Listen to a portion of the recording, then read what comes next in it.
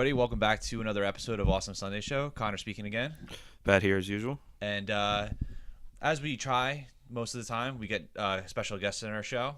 This one's a very special guest. He's a huge Star Wars fan. Hint to what the episode's going to be about. So why don't you introduce yourself?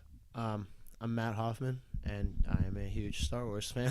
He's decked out in Star Wars today. Yeah. Shirt, socks, and shoes. He's got a Star Wars keychain. Yeah, a Lego Star Wars keychain. Lego Star Wars keychain. I just got you should have seen for Christmas. I got like Star Wars pants, and I thought about wearing those over here, but they're like pajama pants, and I wanted to look. That's like fine. I'm in my boxer. I have boxers. I have basketball shorts. He's lying. We're all naked. Yeah. Tell us a little about yourself. Well, we know about you, but tell the audience. Okay. Unrelated to Star Wars, went to school for journalism. I work in New York City, but I'm really into movies, Star Wars especially. I really like sci-fi, and I'm excited to be here. Dope. So yeah. We're excited for him to be here too. Obviously we're going to be talking about Star Wars today. If you haven't seen it by now, you should go see it. Before we get into the spoilers, though, what did you guys think of the movie? 10 out of 10. Yeah, I thought it was phenomenal. Yeah, I loved it. Yeah, it was absolutely amazing. So if you haven't seen it yet, what the fuck are you doing? Just go see it. It's been a week already. Come on. I know. We plan on going to see it more times, and if you haven't seen it yet, you're just missing out. Yeah. That being said, now we're going to get into spoilers. So if you haven't seen it and don't want to be spoiled, like most of the internet was bitching about, then come back to this at a different time. Yeah. Go see the movie, because we're going to be talking about a lot. Like every twist, every plot hole or plot important plot point. That's the word I was looking for. Yeah. Yeah, we're gonna ruin the movie for everybody. Yeah. So just go see. Like in fact, when we title this, put spoiler warning in the title. Yeah. But at this point, honestly, like they've made $1 billion. Who hasn't seen this movie? A lot of people. China. Okay. Sorry to all the Chinese listeners out there. Surprisingly, we have listeners in Fiji and was it Austria or New Zealand or something like that? I think it was both. Well, Fiji's probably missing out on Star Wars. They're probably trying to scratch that itch. I don't think they got a lot of shit down there. No, I don't know. Anyway, Matt, since you're the guest, how about you start off? Yeah, tell us what you thought. Tell us what you loved about it. Okay. If there's things you didn't like, feel free to share it as well. Okay. All right, well, first off, I thought it was absolutely wonderful. It made me feel like a little kid again, which was great. What I actually thought was really interesting about it was because of at least like the age that we are. Like when the prequels came out, you're still kind of too young to like really get movies. Mm-hmm. You know what I mean? You're only like, I don't know, how old are we? Like 10, 12, 13, 14? Something like that. I Somewhere was in 8 there. years old. 8, yeah. So I was like 7, 6. Now you're like old enough where you like really get into movies and you can know really, when a movie's bad. Exactly. You like actually understand what you're watching. And I got to go see it with people. Like it was the first time I was seeing a Star Wars movie where like I knew it was like I understood the movie and it was like no one else has seen this. Because when you watch the originals or you watch the prequels with other people, like even if they've never seen it before, like you've seen it, but most other people have seen it. It's not like you get to be the one who hasn't seen it before. Right. And I was always jealous of those people. So like that was awesome. I thought the movie itself was great. I liked that there wasn't as much, like obviously there was, but there wasn't as much CGI as I thought there was going to be. Yeah. I thought it was going to be a lot of animated stuff, but they seemed to stick with not. I really like how they went with the practical. Like they tried to do as much practical as they could. Yeah. And I think it worked out really, really well. And the stuff they did animate was incredibly well done. Which was awesome. Absolutely. And I really like JJ's twist on like the cinematography part of it. Like the way it was shot was so different from any other Star Wars movie. They were using angles, and camera flips and stuff that they never did. Like that opening shot with BB-8 where like it's on him and his head swivels obviously and where the camera went 180 degrees around him. I peed my pants a little bit because like, a lot of so awesome when you watch like the George Lucas like prequel trilogy and then like the original trilogy, it's very almost like a play. Like it's one single shot and then it's a bunch of jump cuts. Yeah, and the cuts too, especially like in the Lucas ones. He's a big fan of like those like the like classic like I've never used Photoshop before cuts. Or like the what is it? Like the slideshow cuts. Where it's like the black circle and stuff. Or it's like and then it's like the wipe away. Yeah, and I always liked that because it was like very unique to Star Wars. But I liked how this one kind of got away from that. Like, it seemed like a much more continuous story instead of like, this is a scene, this is another scene. Instead of like this is another breaks scene. and stuff in between. Yeah. It flowed really well. And I absolutely loved, because like, as much as Star Wars is super serious and it's something that I love and I can be really serious about, I loved how much comedy they threw in there. Like, there's always been comedic relief, but this one was like way funnier. Good. Yeah. And the comedy they put in there was great. And it was right off the bat. I mean, that first opening scene, with Kylo Ren, when he comes on to Jakku, he's, you know, it's all serious, and you're like, oh shit, Kylo Ren, like, what's going on? And then Poe's like, so, do you talk first? Yeah. And like, I was like, this is like, they're breaking down like this super heavy scene and making me laugh. And I thought that was awesome, because it made me feel like a kid. Yeah. And like, that's the heart, for me at least, like, that's the heart of Star Wars. It's like, it's something like, even though it's really cool and like they're well written and all that, or at least this one was well written, you get that like, I'm a little kid and I'm super excited and this is like, fun. You got the excitement and you're mesmerized by it. Yeah. Which was definitely a huge bonus. I don't know if there was anything I didn't like. I actually thought the twists they had were good. They weren't enough. They weren't enough where you were like, oh, like, that's what I liked about this movie, is like, you learn so much, because like, there's so many new characters and all this stuff, there's so many new storylines, but you still leave like, you know, literally nothing about Finn's backstory, you know literally nothing about Rey's backstory, other than Finn was abducted as a child, Rey was left on Jakku, and that's all you know. You don't know anything else about him, and I loved how I walked out of there and like, I still had so many questions. Yeah, they didn't answer everything, which was good. Yeah, because they got to set up for the next one. Yeah, you can. And I'm amped too that they're doing that Rogue One movie. So we get that like we get that like 8 months before Episode 8, which is nice. So you get like a little, here's your fix before. You get a nice Star Wars fix. Because I don't know if I can go 2 years. I don't know if I can do it. Especially because Rogue One has a good premise. Like it'll be a good like middling out. Well, when do you think they're gonna announce the title for Episode 8? Well, the release date is, I think, June 2017 or May 2017. I think it's June. But I would imagine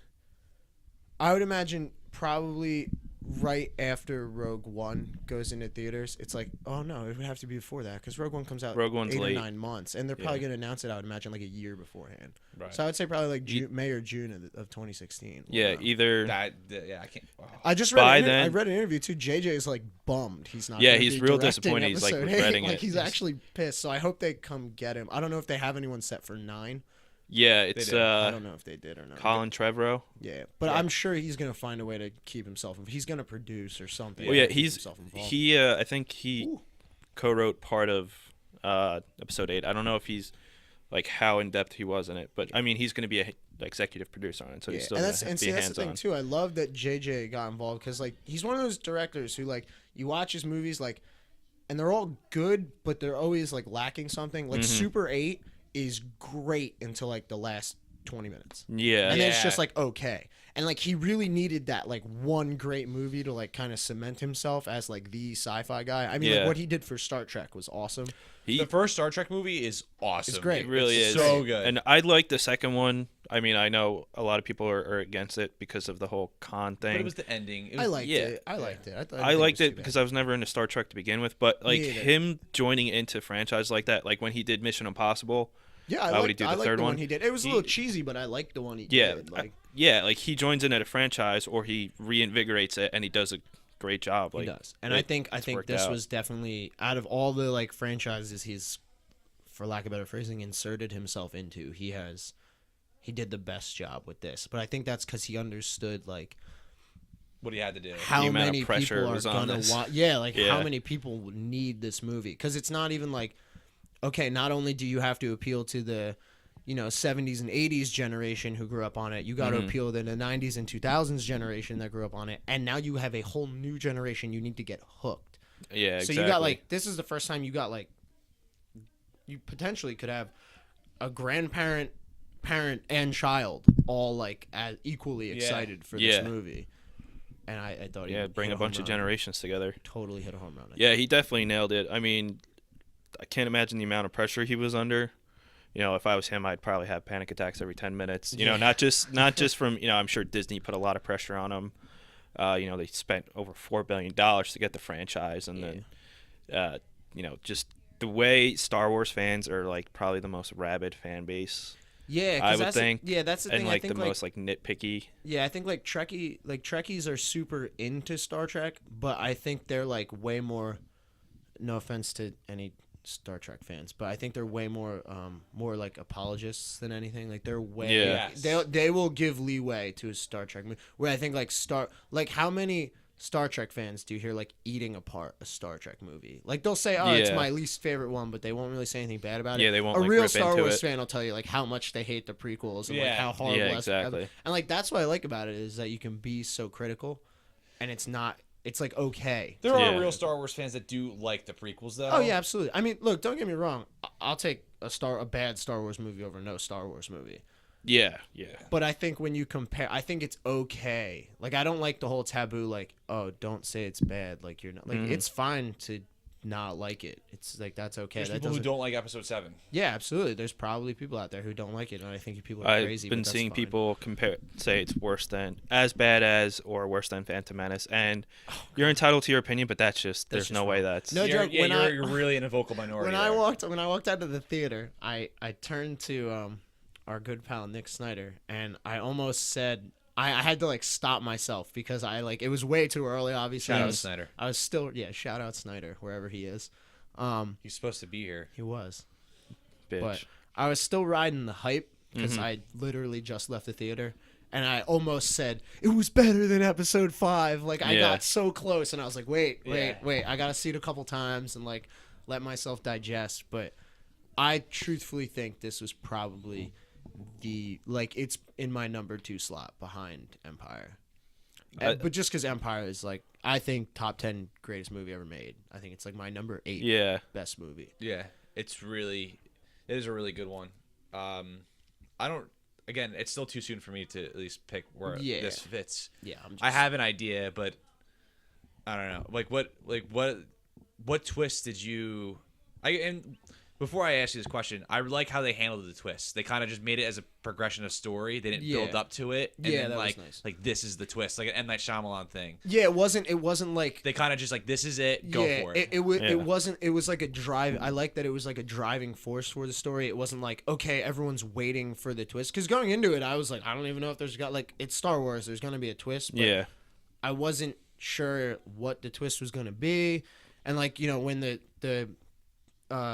text crawl started and it's like Luke Skywalker's vanished, I was like, oh, there's the twist. They got it out of the way. Like he's gone. Like I knew there was gonna be something with him just because Hamill's not in any of the trailers or anything like that. But I was like, okay, so like there's the twist. That's fine. And I just loved how subtle they were with it. Like I almost didn't hear Han say, we're just gonna get into it. I almost didn't hear Han call Kylo Ben. Oh, really? Like I almost didn't hear it. Like it was just so because they don't call him Ben. That's the only time they call him Ben. I think the whole movie. It's just he just Han calls Solo his name. Kylo Ren's father. Yeah, there's our big twist. Yeah. And I just liked how it wasn't like they touched on it a couple times. Like to have Carrie Fisher and Harrison Ford talk about like our son, like bring him back. I loved all the little like nods to the original trilogy and the prequel trilogy. Like I loved. Carrie Fisher saying like there's still good in him. I loved that. That was so awesome. And when he's on the bridge, I got so pissed too. I turned to the people I was with after the movie, and the scene where Han's going to talk to Kylo and they're on like that bridge. Yeah, that long, and they're trying to Han's trying to get him back. I don't understand what it is with Death Stars. Like not having rails on their bridges. I don't get that either. I love the Family Guy joke where they're talking about like if I could just get a railing, man, I would give up all my vacation time for just a railing. But they won't give it to him because we might be leaning on it like that. Yeah, I didn't get that either. But I liked that scene. It was because he just yells Ben, and I actually like had to stop and I was like, what did he call him? Like was it Ben? Did he say Kylo? Like I didn't know what he said, and I turned to Nick after the movie and I was pissed because I remember they announced it like the day before Halloween 2012. They're like, we're making another Star Wars movie, and I was like, this is awesome, time to go change my diaper, like here we go. And then like a week later Harrison Ford was on like Conan or something like that, and Conan was like trying to milk it out of him. So like you. Oh yeah, you offered him $1,000. Yeah, to, like, I remember give him that. to, Yeah, like, tell yeah, him that's right. And Harrison Ford was saying he's like I just remembered the one thing he said was this was before they had the cast announced or anything. They're like. He said, I'm not going to do another trilogy. He didn't say, like, I wouldn't be involved. He just said, I won't do another trilogy. So I was like, oh, man, like, we're not getting Han Solo, which is fine, but, like, that bummed me out. And then when they announced the cast and, like, he was there, I totally forgot about that interview and was like, we got him for 3 movies. This is awesome. I get more. Yeah, I mean, he didn't even want to finish out the original trilogy. No, he didn't. That's the whole reason he was placed in Carbonite. Yeah, and I was bummed because I was like, I mean, I was stoked when I found out they got him for this movie, and I was like, oh sweet, he's gonna be in all 3. And as soon as he goes Ben, I was like, fuck, yeah, like, he's done. I knew he's done. I got so sad, and like for me, mad. I was like, oh, he's gonna die. Fuck, like he's gonna die. Yeah. And then when they started talking, and Kylo Ren was like, I'm like torn between this. I was like, oh wait, maybe there's a little bit, like maybe Chewbacca will shoot him and he escapes. And then when he like hands the lightsaber, I'm not gonna lie, I was really torn. I didn't know what was gonna happen. Yeah, for a split second. Split second, you're actually like, oh my god, he's like, we've already cut down the bad guys to Snoke. Like this is wild. Yeah, and then I'm thinking, it's like then like 1,000 thoughts are racing. You're like, is now a Snoke like gonna come and like. What I really really liked, like speaking of that, you know, I like Kylo, like they really play up the whole like I'm torn between the dark side and the light side. I really like that because like one of the main, you know, like premises of the original trilogy and the prequels is obviously like Anakin and Luke's fight between light and dark. Yeah. And like, you know, that's why I love watching the original trilogy and prequel trilogy in machete order, because that really like shows the parallels with their Can you explain the honest machete order? Okay, machete order is instead of watching chronological, obviously, is episode 1, 2, 3, and then 4, 5, 6. Release is 4, 5, 6, 1, 2, 3. Machete, you cut out the horrible, dreadful piece of work that is episode 1, and you watch 4, 5, 2, 3, and then finish with 6. So, like, what it does is you get Luke being like a whiny teenager, blah, blah, blah, learning how to be a Jedi. Then you find out you have all this, oh, Darth Vader, like, turned against the Jedi, this, that, and the other thing. Oh, Darth Vader's Luke's father. And then it's like, snap back, let's find out how it happened. Yeah. Anakin is a whiny 20-year-old learning how to be a Jedi, being trained by Obi-Wan Kenobi. You watch him fall to the dark side. Then you go to episode 6, and the best part about it is Lucas's main trouble as a writer is he really wanted to, for me at least, is he really wanted to play up this struggle between light and dark. Yeah. This inner struggle. But, like, you don't see it. You know what I mean? You really don't in the original trilogy or the prequels. Like, I guess you see how, like, Anakin is torn with, like, oh, like, I have all these loyalties. But it kind of seems like in episode 3, it's like, okay, Mace Windu dies, and bam, suddenly Anakin's on the dark side. Like, it seemed kind of too quick. Yeah, it was way too quick. You know what I mean? And if you watch Machete, you really see the parallels. And then, like, the opening scene in episode 6 when Luke's going into Jabba's chamber, you don't know it's Luke. You just see this black figure. Right. And, like, Anakin throughout the entire, if you cut out episode 1, 2, 3, 4, 5, 6, Anakin is always wearing black. Mm-hmm. So you see this black hooded figure, and you're like, oh, is that Darth Vader? And he force chokes Jabba's guards. And at this point, you've only ever seen Anakin force choke anyone. Like, no one's done it. And so you're like, oh, this is Darth Vader. And then he takes the hood up, and you're like, oh, shit, it's Luke. Yeah. Like, he's fallen. Like, this is what's going to happen. He's going to Darth. And it really helps highlight that parallel and, like, that struggle that George Lucas did just a horrible job showing us. Yeah. What I loved about episode 7 was especially that one scene where Kylo's talking to Darth Vader's helmet. Like, that alone was enough to really show his struggle between light and dark. Yeah, like, you actually get to see it happening. Because he says it out loud. He's like, I feel the pull of the light. Like, I'm having a hard time finishing what you started. And, like, what was it? Like a freaking 40-second scene? Yeah, it was pretty brief. That was just enough to, like, really, you're like, oh, okay. Like, he's actually struggling with, like, being on the dark side versus being on the light side. And, like, if that was like one of my big pet peeves about the originals or the original and the prequels is that you didn't get enough of that. And I thought they did a really, really good job highlighting that in this one. Yeah, definitely. And then going back to the bridge scene, like obviously him killing his Han was like his last. Yeah. He's like, all right, I'm going right to the dark side. And one thing I really liked that very subtle is when they were on the bridge, there was the lights from inside the base. There's a blue light on one side and then a red on the other. Symbolizing basically like the blue lightsabers usually by a good Jedi, like Luke had it, and then the red is typical Sith. And then as soon as he stabbed Han through the heart or the chest, the blue light went out. Yeah, symbolizing he's full nice dark side. Yeah, that was a nice little touch. It was very subtle, but very impactful because it shows. That was one of those things I didn't actually even notice until like the end of the movie when we were talking Messages about it. Messages without words.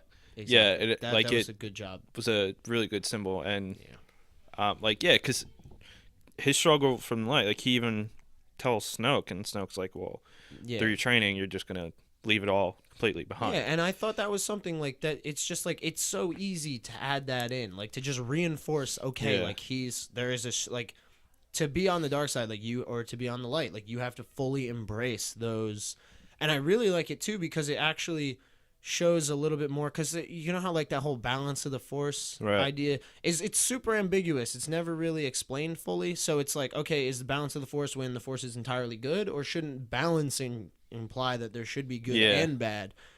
And like it kind of makes Kylo symbolize that struggle to get that balance. Yeah, the scales are tipping in one direction, and like or the that other. I mean, that alone left open like, okay, well, is he gonna, because then he says to Rey, like, I could be your teacher, right, when she's like figuring out how to use the Force. And it's like, oh well, like, is that the balance? Like they're gonna team up, he's gonna use his dark side abilities and she's gonna use her light, and we're gonna see some crazy stuff. They're gonna take down Snoke, and like that was a whole separate storyline that like I didn't even think about until like a week later, like until like a couple days ago. I was like, oh, like that could totally be possible. And that's another thing I liked about the movies. They opened up because they told you so much but so little. Like Phasma, we know like she's barely in the movie. Yeah, that's one of the things I really didn't like. I didn't mind it. I liked that they introduced her as this, like, she is this formidable character. Yeah, they make her look, she's like, oh, this like really badass soldier or whatever. I felt like she was really underutilized. As cool as she was the 2-3 seconds she was on screen. But the good thing is Kathleen Kennedy, the president of Lucasfilm, said she's going to have a much bigger role in the next one. See, that's what I liked. I think that's what I didn't like that she wasn't in it as much as I thought she was going to be, but I kind of figured that was going to be the case, is that she was going to play a bigger role later on. But I really liked how you walk out of that movie and you feel super satisfied and you're like, this was awesome. I love this movie, but I still don't know jack shit about the two main characters. Like, almost nothing about Rey and Finn. Yeah. And that was great. Yeah, you don't know really their backstory. Finn was taken as a baby and then trained his entire life to be a stormtrooper and obey the New Order. You know that Rey was dumped on Jakku. She looked like she was like 4 or 5 in that flashback, something like that, and that she's been waiting ever since for her family to come back.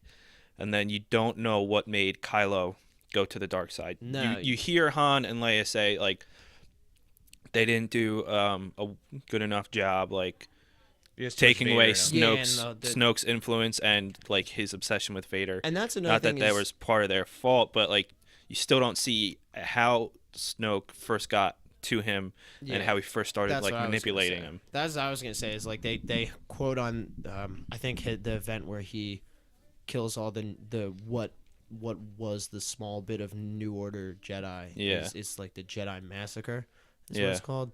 And like you don't find out, like they don't talk about like, all right, is like, did he turn to the dark side because he was influenced by the Knights of Ren, or because he was influenced by Snoke, right? Or are they like kind of like they're two separate entities, but like are they related to each other some way? Well, we don't know when the Knights of Ren were formed. Like if he formed it, like if Snoke placed it upon him to form it, or if they were already working for Snoke. Because there's like no mention of them really. No. And then other than that small scene. Which is gonna take place in Episode 8. Yeah, I would guaranteed. So. But because that's still so much backstory we don't know yet. That's what I'd like to see. We don't know exactly what happened. Yeah. No. Yeah. Because I mean, Ren is the name assigned to those followers. A Knight of Ren. Yeah. Yeah. Well, and apparently what's crazy too is apparently he's the head of the like Kylo is the head of the Knights of Ren. So it's like, okay, well, how did he ascend to that point? Which makes me think Snoke is somehow involved in that. I mean, that would make perfect sense for that to be the case. Also, what freaked me out was when they first showed Snoke, I was actually kind of pissed that he was like this gigantic thing until you realize it's a hologram of him. Yeah, because Sidious did the same I don't thing. want to see this like gigantic character. Like, this would ruin it for me. I don't need to see a Jedi fight this. Like, right. It was just meant him to be a make him look Rancor. imposing. Yeah, because they did the same thing with Sidious. Yeah. Was Darth Plagueis that big though? No, Plagueis was actually, and it's funny. My friend Phil has this theory that Snoke is either Plagueis or Sifo-Dyas. I think he's Plagueis. I think he's Plagueis. Which I like. I didn't the Sifo-Dyas theory I didn't like because Sifo-Dyas is definitely dead and Sifo-Dyas was human and Snoke is clearly not a human. Plagueis though, and see now this is all non-canon. It's not canon anymore. Well, Plagueis is, from what I know, in the expanded universe, like the novel about him was never really considered canon. No, the only canon part about him was that he was Sidious's master. And in that he's I can't remember the race. He's one of the. I think it's Moon or Mun or something like that. They're like an ancient banking. Yeah, race, he's the head. He was the head of the banking clan. Yeah, and that's the thing is what makes it interesting is like Sidious says like I stabbed him, like I killed, like basically like I killed him in his sleep, but you have the whole like he was obsessed with immortality thing. So Sidious straight out says like he was working was almost able to control like life and death. Yeah, and like he was able to bring people Another back. thing's interesting too is like Snoke talks about how like he's gonna show Ren how to become a Sith, but you never explicitly are told that Snoke is a Sith. Right. And I mean, it would make sense. Like a Sith would obviously teach someone how to be a Sith, but it's like, well, maybe he's just this person who's very well trained in the dark side of the Force, and he can turn kind of get him to that point. Yeah, because there are other Force users that aren't Sith. Absolutely, you got Dark Jedi. You have Inquisitors. There's a lot of Inquisitors that are general. Force I mean, users. there's just Force sensitive people throughout the galaxy that. Yeah, it's just like the two biggest organizations are the Jedi and the Sith. And for the most part, throughout the entire Star Wars movie line, it's always Jedi versus Sith. Like the leader of the Empire was a Sith.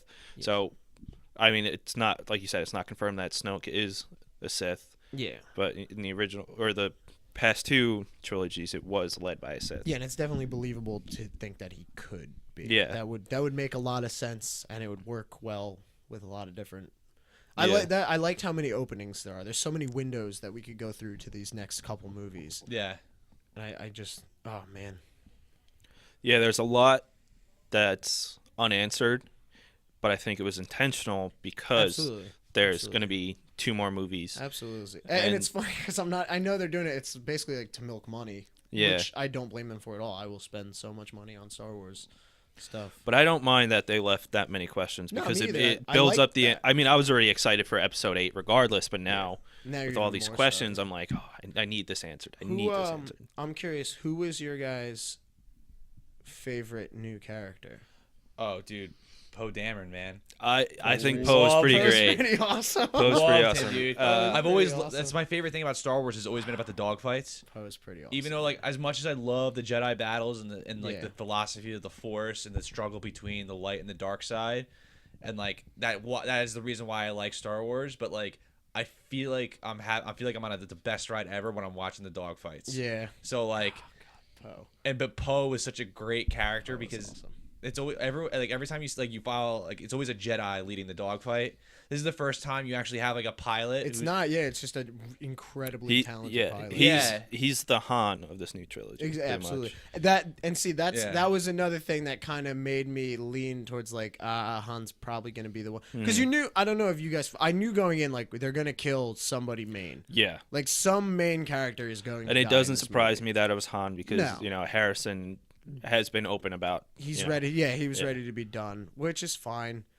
I mean, I thought actually like he's a good character to kill off as much as I was sad to see him go because everyone loves Han. They're like Han is hated by no one. So he hits you hard enough in the feels where you're like, oh no, like it gives this new trilogy, like I said, a balls. Exactly. Yeah, that they're willing to kill off one of their most iconic characters. Absolutely love that this movie is 2.5 hours long, and you wait so long to see Luke, and you finally see him at the end, and he doesn't say a word. I know, given how big of a voice actor Mark Hamill has become. And he's so famous for he being lives the his Joker, most iconic role and just no stares. words. It was great. And see, I have a couple friends too who think, which I don't really think makes a lot of sense, but a couple people who think Rey might be a Skywalker. I'm not too keen on that. Yeah, I'm not too keen on that just because that would imply that Luke at some point had a child. And it just, why would he abandon his kid on Jakku? There would be no reason for that. One thing I think, if that's true, I don't think he necessarily... Well, because, Luke was dumped to get hidden from Darth Vader. Yeah, absolutely. Rey could have been hidden to keep them away from Kylo. And in fact, it kind of makes sense. I didn't think about it at the time, but like after reading more into it and like looking at like posts on Reddit and stuff, the ship that dumps Rey kind of looks like a First Order ship. Yeah. And so, since we didn't see Kylo's actions leading up to him, slaying the new Jedi Academy or whatever, and how he's still was torn between the light side and the dark side, it could have been one of his like last actions of the light side, or he has still been searching for it, because when he first hears about he's escaped with a girl, he's real adamant about the girl, which gives some indication that he knows about her. Yeah, he just doesn't know where he is. I definitely think there's some sort of relationship between those two. I think that he was aware of her and wanted to get her for whatever reason, whether to train her, bring him to his side, or to eliminate her. And if she is a Skywalker, that's one explanation of how, there's a couple of things of why she became so adept in the Force and was able to use it so well. Kylo seems to be really fairly powerful what I liked about him too is you get, because these Sith, when you're introduced to, granted he's not a Sith yet, but when you're introduced to all these Sith and Dark Jedi and stuff, they're always very talented. Darth Maul is one of the best. As much as I don't want to talk about Episode 1, one of the best. Darth Maul he's awesome. One of the. Oh god, his saber technique is incredible, and he's the only guy you ever see wield dual-sided lightsaber, and then especially and then Tyrannus / Dooku, he's a really good swordsman. He's very adept in the Force, and then Sidious is arguably the most powerful Force wielder of all time. Then you have Vader. After Vader, but Vader kind of loses it when he has so much mechanical stuff because he did lose a lot of his power. His abilities are lessened by that, but Vader obviously is very powerful. Mm-hmm. Anakin could have been the most powerful Sith Lord ever. Absolutely, he would have been the most powerful of whatever he chose to be. Yeah, for the most part. Yeah, and so it makes sense for her because Luke is extremely powerful in the Force. Once he was able to actually train with it. And then, if she is Luke's daughter, which I could see happening, she has that huge Force presence dormant within her. And he could have been training her before she got taken away or dumped or whatever. So it kind of fits. I'm not going to be upset either way if she's not is or isn't. Yeah, I'd have no problem because with her just being... Luke. I also heard another I'd rather thing. her not be a Skywalker. I also heard another thing, which really doesn't make sense because she would have to be his granddaughter. Although it kind of, if you think about how he was towards the Jedi Order, it would make sense for him to be a little bit of a rebel. That she could be somehow related to Qui-Gon. She would have to be. His I heard though. She was a Kenobi. I didn't hear about the Qui-Gon lineage, but I've heard about Kenobi lineage. Is the Clone Wars series still technically canon? Yes, Clone Wars series is canon. Because Kenobi has a love interest in Clone Wars. She's the queen of, I don't remember the planet, but she's the queen of Mandalore. That's what it is. I can't remember the name. I just started Clone Wars. Oh, Clone Wars is great. It sucks that awesome. they cut it. They canceled it. So like the way it ends, I heard it ends awful because the last 13 episodes are on Netflix. Yeah. And like I heard they like dedicate a whole episode like Jar Jar Binks in the last season. Yeah, you know what it was? They found out they were canceled, so they kind of just tried to wrap it up, which sucked because they had like a plan for like an arc, and they just tried to get it renewed from what I heard and just couldn't. Like no one would pick it up. Which is lame. I still have to watch Rebels. I heard Rebels is but I've heard good. That's really good. Yeah. But yeah, everyone's like, you have to watch Clone Wars, especially like seasons like 3 and 4 are like some of the best. So I was like, all right, I'll pick it up. But Kenobi, that would be a good theory too. The problem I have with the theories with her is it has to make why would she be abandoned? That's the thing. Yeah. Doesn't make a lot of sense with them. Like I can understand if she was a Kenobi. That would imply that she was. I mean, because you don't know ages, obviously. Right. But you got to assume, because she knows so little about the actual Empire, you got to assume if she was alive at all around the Battle of Yavin in Episode 4, she would have had to be really little. Yeah. You know what I mean? That was 30 years. That's what I'm saying. So the oldest she could be is like 35. More than that, 36 technically. Yeah, that would be the oldest she could be, and she doesn't seem to be. Her character seems to be 20s. She's 18 to 20. Yeah, so something around that range. I would imagine she wasn't alive at that time, which would mean she couldn't be Kenobi's kid because he died. Exactly. He would have died before she was born. Oh, yeah, no, that wouldn't work. No, yeah, she's way too young. I mean, she could be a granddaughter, but since we get just a hint of Kenobi's love interest. Yeah. There's I don't kind of be that. too far out of left field, but I don't know what another reason the general public won't get that. Yeah. Another reason that Rey can be Luke's daughter is because I mean, they kind of threw the expanded universe aside except for Han and Leia's kid turning to the dark side. Yeah. I think his name was Jadence or Jason or whatever, and then he becomes Darth Caedus. Luke did have kids, and with Mara Jade. Yeah, and Han and Leia's son Darth Caedus killed his wife. Yeah, and what's interesting is Mara Jade and Luke's kid is Ben Skywalker. Yeah, they named so Ben. they kind of like that seemed like a nod to me to the EU. Yeah, they kind of took little bits here and there, so it's possible, and it's I wouldn't mind seeing it. Whether it doesn't really matter, but the flashback she had and the voices that were calling to her and her draw specifically to that lightsaber, I don't think other Force users would have had something like that. Yeah, that's what kind of I think, and I don't know. I mean, that could totally be what's the word? That could be a distraction thing. Yeah, that could be to kind of draw just you a away red from herring. the true thing. But why would she have such a draw towards a Skywalker's weapon? Exactly. Used by Anakin and Luke. Why would and that what was happen? the voices that are calling to her in that vision are Kenobi and Yoda. Yeah, Kenobi, Yoda. But it would and make sense Anakin. if she needed to find Luke. If that makes me think Luke knows about her because he would be the one. He would be the one kind of calling to her through the Force, which is why she would have that draw to that lightsaber because that would lead her to find to be sent to find him.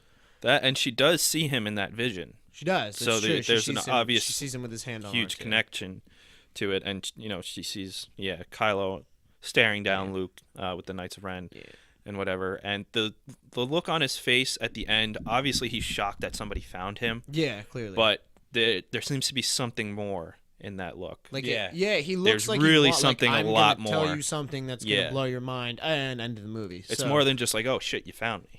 Yeah, there was definitely a tension of what's he gonna say? Because I thought he was gonna say something, and then one line, one word type of deal, and then the movie was gonna end. Yeah. And when he didn't say anything, it was oh well, there's a huge question mark that I really want answered. Huge right cliffhanger.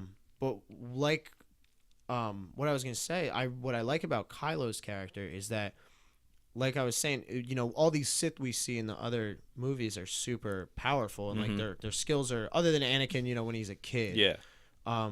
Their skills are really refined.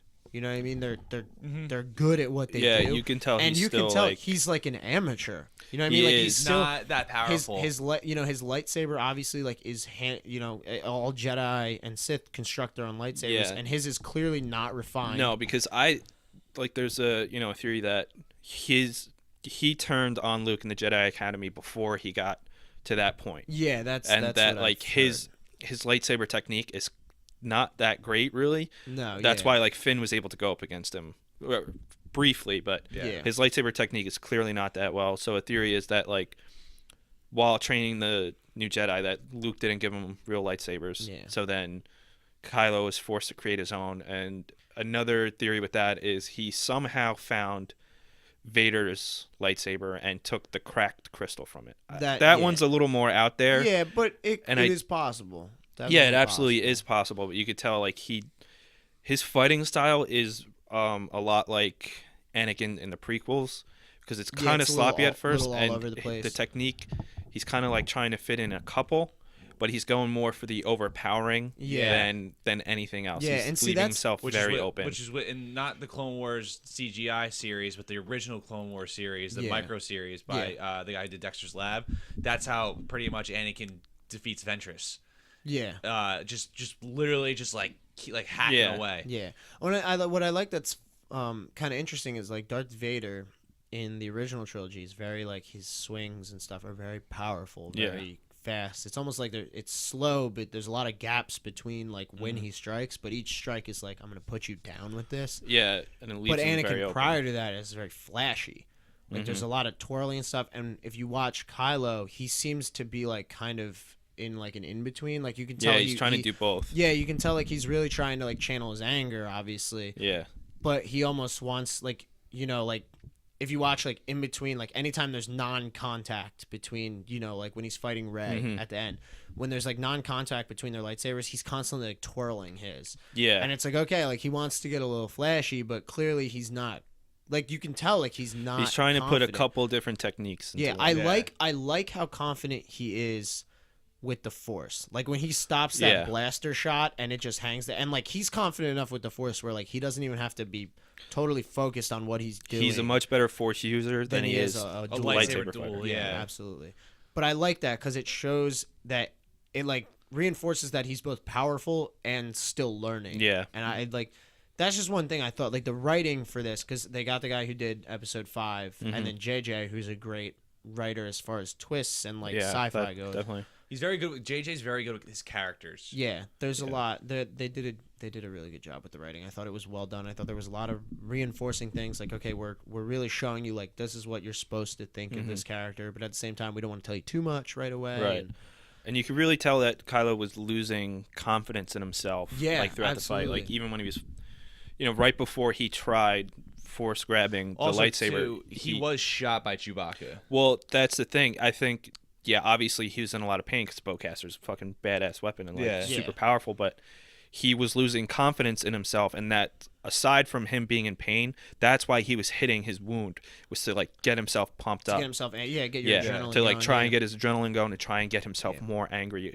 Aside from just trying to dull the pain. I liked how they humanized him. Like Darth Vader is very in the original trilogy. You only see him take off his helmet once, other than when he talks to Luke at the end of 6, and prior to that, like you just see the back of his head. You don't you still see some encasing until you see him talk to Luke right before he dies. You're like, oh wow, like this is just this mechanical monster. Right. And with Kylo, as soon as he takes off, like there's such a difference between what he looks like. Not that Adam Driver isn't like has like that scary face, like he looks intimidating without the helmet, but when he takes off the helmet, you're like, oh wow, like this is just a kid, like he's really not that old, like because you almost expect, I mean obviously like you know what Adam Driver looks like, but going in, if you had no idea who Adam Driver was or anything like that, you'd look at that character and think this is like somebody who knows what they're doing, kind of. And he's like intimidating and he's terrifying and blah blah blah. And then you can see like his helmet's got some battle scars on it too. So like towards you the can tell bottom, he's been in fights before. And he's, given his age, he was probably born right after Episode 6.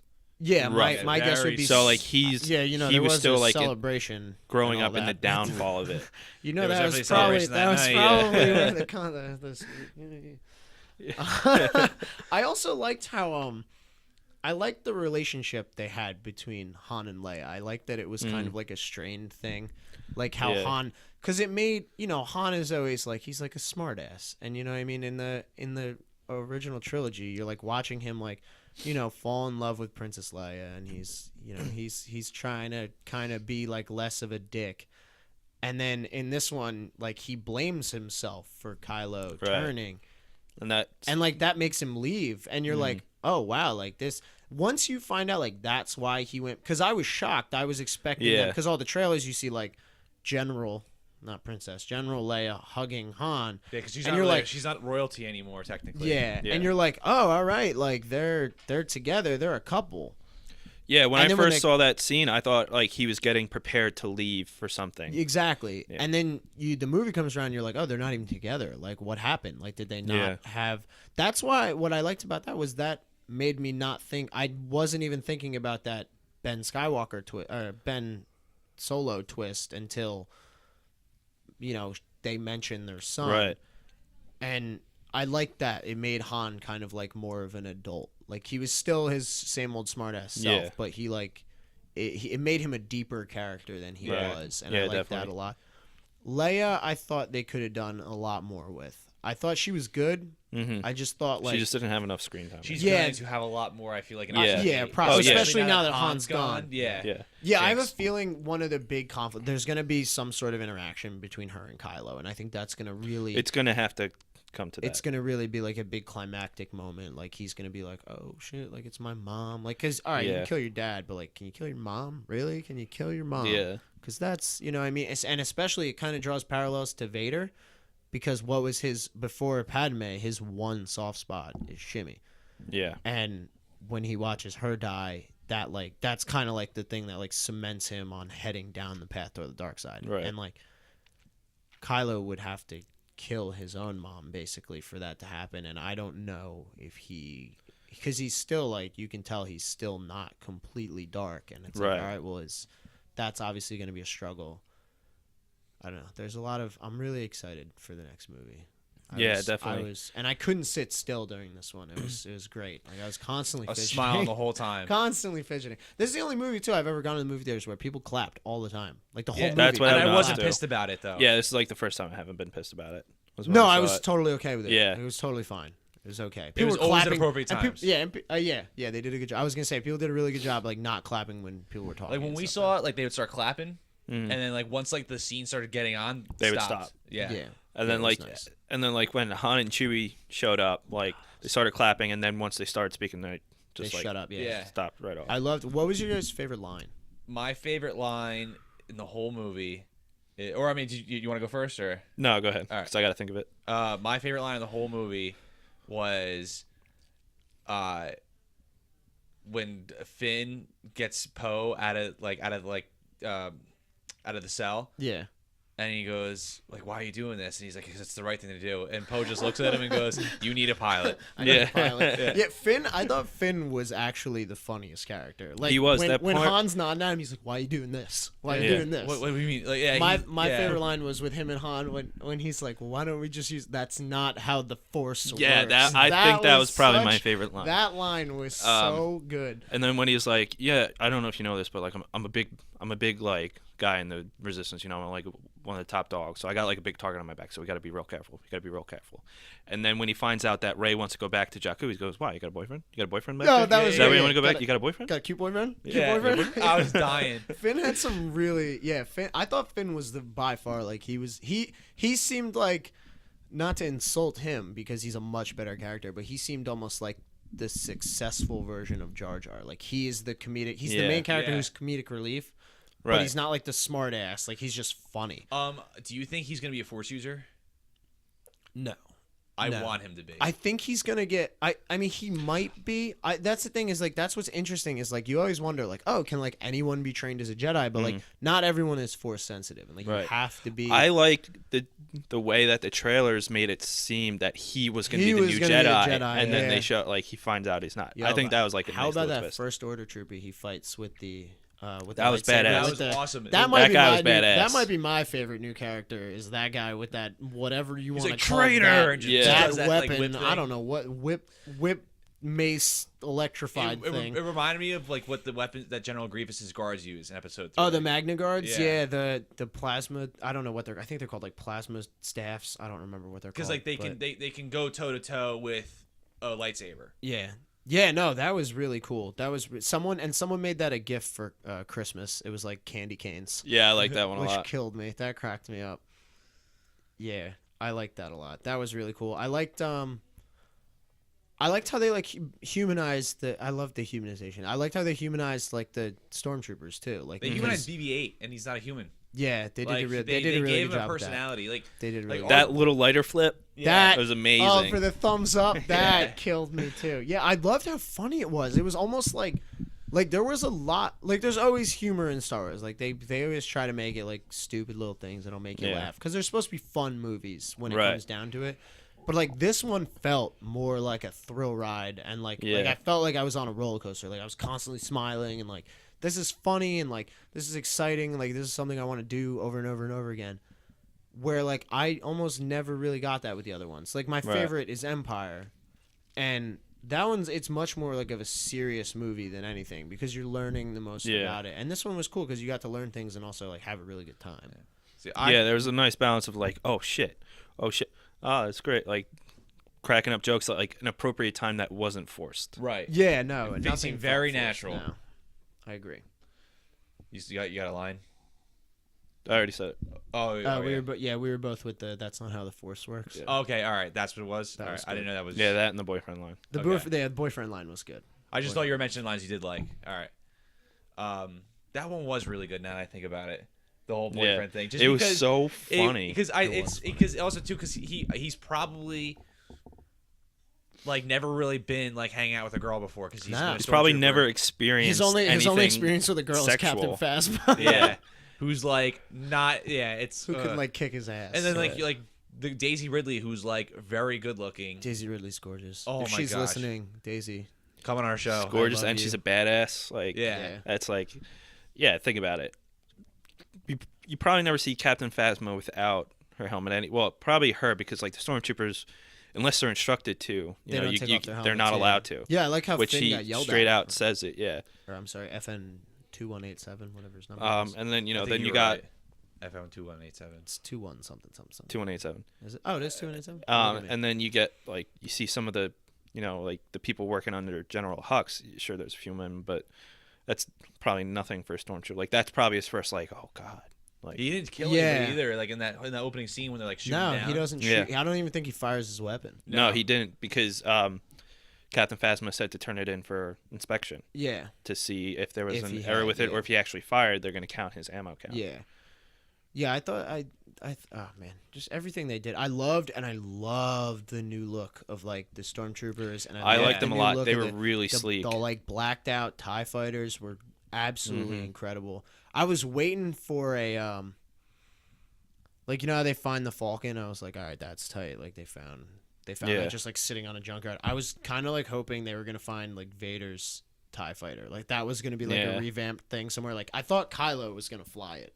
That was like kind of my expectation. But his ship is really cool too. Yeah, I really like his a lot. I don't know what it's called. I haven't looked that up yet. I'll have to do that.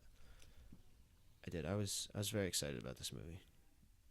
Like I'm like running out of things to say because I'm just like sorry. I just want to talk about how happy I was. It was I was when I sat down I was really pumped. Like remember like when we were driving there I was like dude we're seeing Star Wars like in theaters and I sat down I was like all right I kind of have to calm myself down here because like I'm like I knew it was gonna be good. Yeah. Like I knew it was gonna be good because the reviews were excellent. It has like a 94% Rotten Tomatoes. Like I was like, you guys think it's gonna win anything? Effects wise, yeah. I think it will win costumes too, probably. Yeah, effects design. I don't know what else would. I don't even care if it's not nominated score. for any Oscars. I know, it would just be cool if it won a bunch of stuff. Yeah. Imagine like a Star Wars sweep. Yeah, that'd be crazy. Score it. John Williams definitely gonna get nominated. John Williams knocked out, but that was the only thing. I have to admit this. This makes me. I think it makes me a horrible Star Wars fan. But I listened to the soundtrack before I saw the movie, just because Spotify put up a complete Star Wars saga playlist. Yeah. It was like 12 hours of every. It started with Episode 7, and then it went 1 all the way through. Right. And I listened to this soundtrack, and I was like, they killed it. Like it was so. good. Some of his best work ever. It was so He good. could retire after this, and he's good. I would be happy. I mean, he's been nominated 49 times The for guy's an an Oscar. animal. Like So- one of him and Hans Zimmer just are like the absolute best. Imagine if they wrote a composers. song together. I would just that would be the only song on my iPod. Heads would explode. Yeah, that would be the only. Eardrums would bleed. It'd be like another like Two Tongues, like you know. Like I was blown away. Like when I walked out, I was like, all right, I'm gonna sit down. Like maybe it's like an 8 out of 10, 9 out of 10. And like when I was sitting, and then like, as soon as it said Luke Skywalker is missing, I was like, nope, I'm in. Like I'm really excited. Fully erect. Hook, line, and sinker. Yeah, fully erect from the first line. I was fish hooked right as soon as I read that Fully line. erect from the first line. What? See, that was. I like too that like they had all the nods to the original trilogy and like all the little like lines that were like. I loved that. Like I thought that was such a cool thing to do because they didn't do that at all in the prequels, which I understand why you wouldn't. Yeah. But like that was really cool because it made it feel like it was obviously part of the Star Wars chronology, but at the same time it was like its own separate little thing. Yeah. And like it really is because I mean if you think about it, like between prequel trilogy and original trilogy is 20 years, and between Roughly. yeah. And then between this and episode 6 is like 33 years, I think it is. Yeah, about so 33. it's like it's a bit of like it's enough time where like everything is different. Like there's almost no carryover. And I'm also really stoked that Chewie's still around because I have a feeling I love Chewbacca. I have a feeling because Chewie, if you think about it, I mean I don't know how old he is, but I know Wookiees live to be over 200. Like roughly in that area, and he's got to be. I mean, he's a young warrior in episode 3 when you meet him for the first time. Yeah. But he's got to be. You figure if he's like young and respected at that point, he's got to be like 50 maybe. You know what I mean? Yeah, somewhere around there. And now we're talking. This is at least 60 years since then, so he's got to be. He's over 100 years old. Yeah. But he's not really showing it. So you're like, I have a feeling Still as Chewbacca's badass going to as be ever. like a big part of the next movie, or at least one of the next movies. Yeah. Yeah, he's going to have to be. I mean, he goes with Rey Yeah. to find Luke. Yeah. That's going to be a welcome sight for Luke as well. Yeah, that's true. Yeah, he's going to have to be involved because they have to bring Luke to the Resistance. And, like... I'm curious if we're going to meet... I'm curious, too, if any of the other Jedi, like of the Jedi that Luke was building the New Order with, if any of them survived, or if he's the only one. I don't think they do. I don't think they do either. I think but it's implied that they didn't. I know, but that's what I'm curious. Is Yeah. like maybe one did, and like that could be like Rey's parent or something, and they like hid her to get her, what I mean, to get her away from Kylo. That's a very good theory. That's so I don't know. I mean, but that I like. It circles back to that point we keep making of how many like openings. Yeah, they there left really in is a this lot movie. of openings. It's crazy because it's the first movie. It's the first Star Wars movie you walk out of where you're like, this was really good, but I don't know anything. Yeah. Like, I literally know nothing. Right. And they did such a good job, as we were talking about earlier, with the trailers, like not telling you anything. Like you went into that movie and you're like, I remember like my girlfriend who's blasphemously has never seen any Star Wars movies. It's all right, neither is mine. And I just didn't have the time to push her through the first 6 before we went. And she turned to me. She's like, is there anything I need to know, like, going in this? And I was like, I'm going to be honest with you. Like, I know nothing about this movie. Like, you know the original characters, and that's... like, I'm and like, that all right, looks I'm like, all somewhere. right, you got to know who Han, Leia, and Chewie are, and that's pretty much it. And Darth Vader is, like, the main bad guy. Like, that's pretty much all you need to know. Yeah. It's like, other than that, I have no idea what's going to happen. And that was really cool. Yeah, I liked even, that. like, I haven't read it. I haven't got my hands on it, but the novelization of the movie apparently has some more details that, they could obviously fit in more details into a book than a 2.5-hour movie, absolutely. but still leaves 90% of the 95, 99% of these questions still unopened. Yeah. Like, you just get a little bit more detail. And, like, we know that Supreme Leader Snoke is terrified of Luke.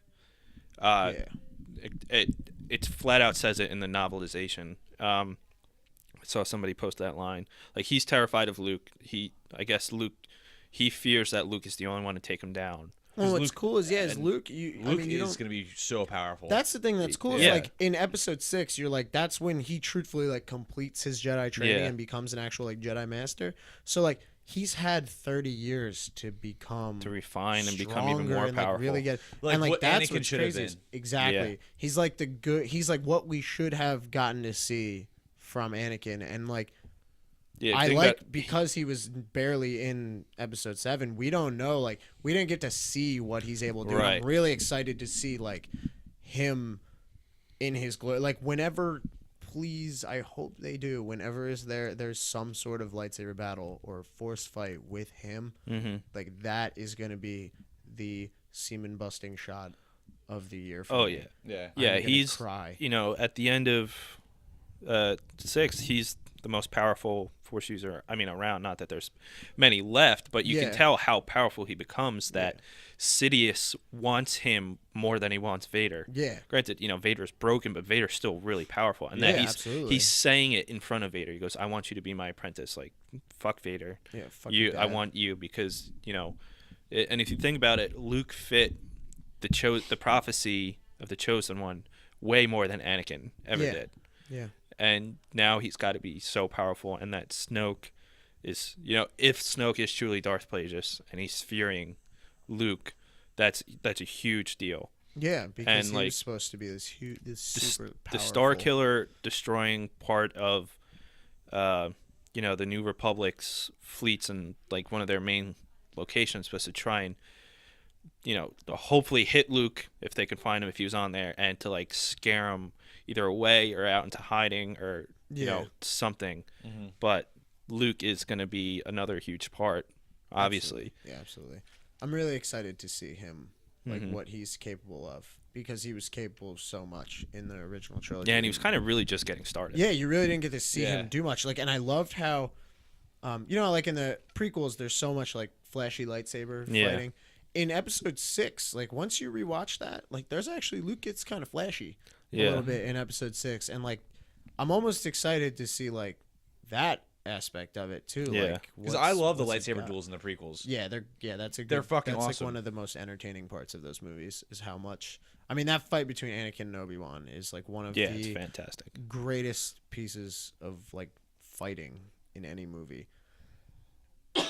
And apparently, I just watched a thing on ESPN. They did like a thing about it's like Kenbo, I think is Kento, they train, how they train to like fight with lightsabers. Apparently like Ewan McGregor and Hayden Christensen, who play Obi-Wan and Anakin, apparently they're both like when they got to like filming that scene, they were both so good at it that like they actually the instructors couldn't teach them anymore. Yeah. Like they were like, we're just kind of going to let them. Yeah. They basically like became an equivalent of like a black belt. Yeah. At that point. Basically. So like that was all like a lot of it obviously is choreographed, but that was a lot of like them being like, well, hey, can we add this in? Cause I want to do something fucking wild. That's why that scene was so good though. Oh, yeah. Awesome. Like I love I love the part in episode 3 when like they're not even like hitting lightsabers anymore. They're just flash. Yeah, they flip it around each other. And then they're getting ready for push in front of each other. Yeah. Oh god.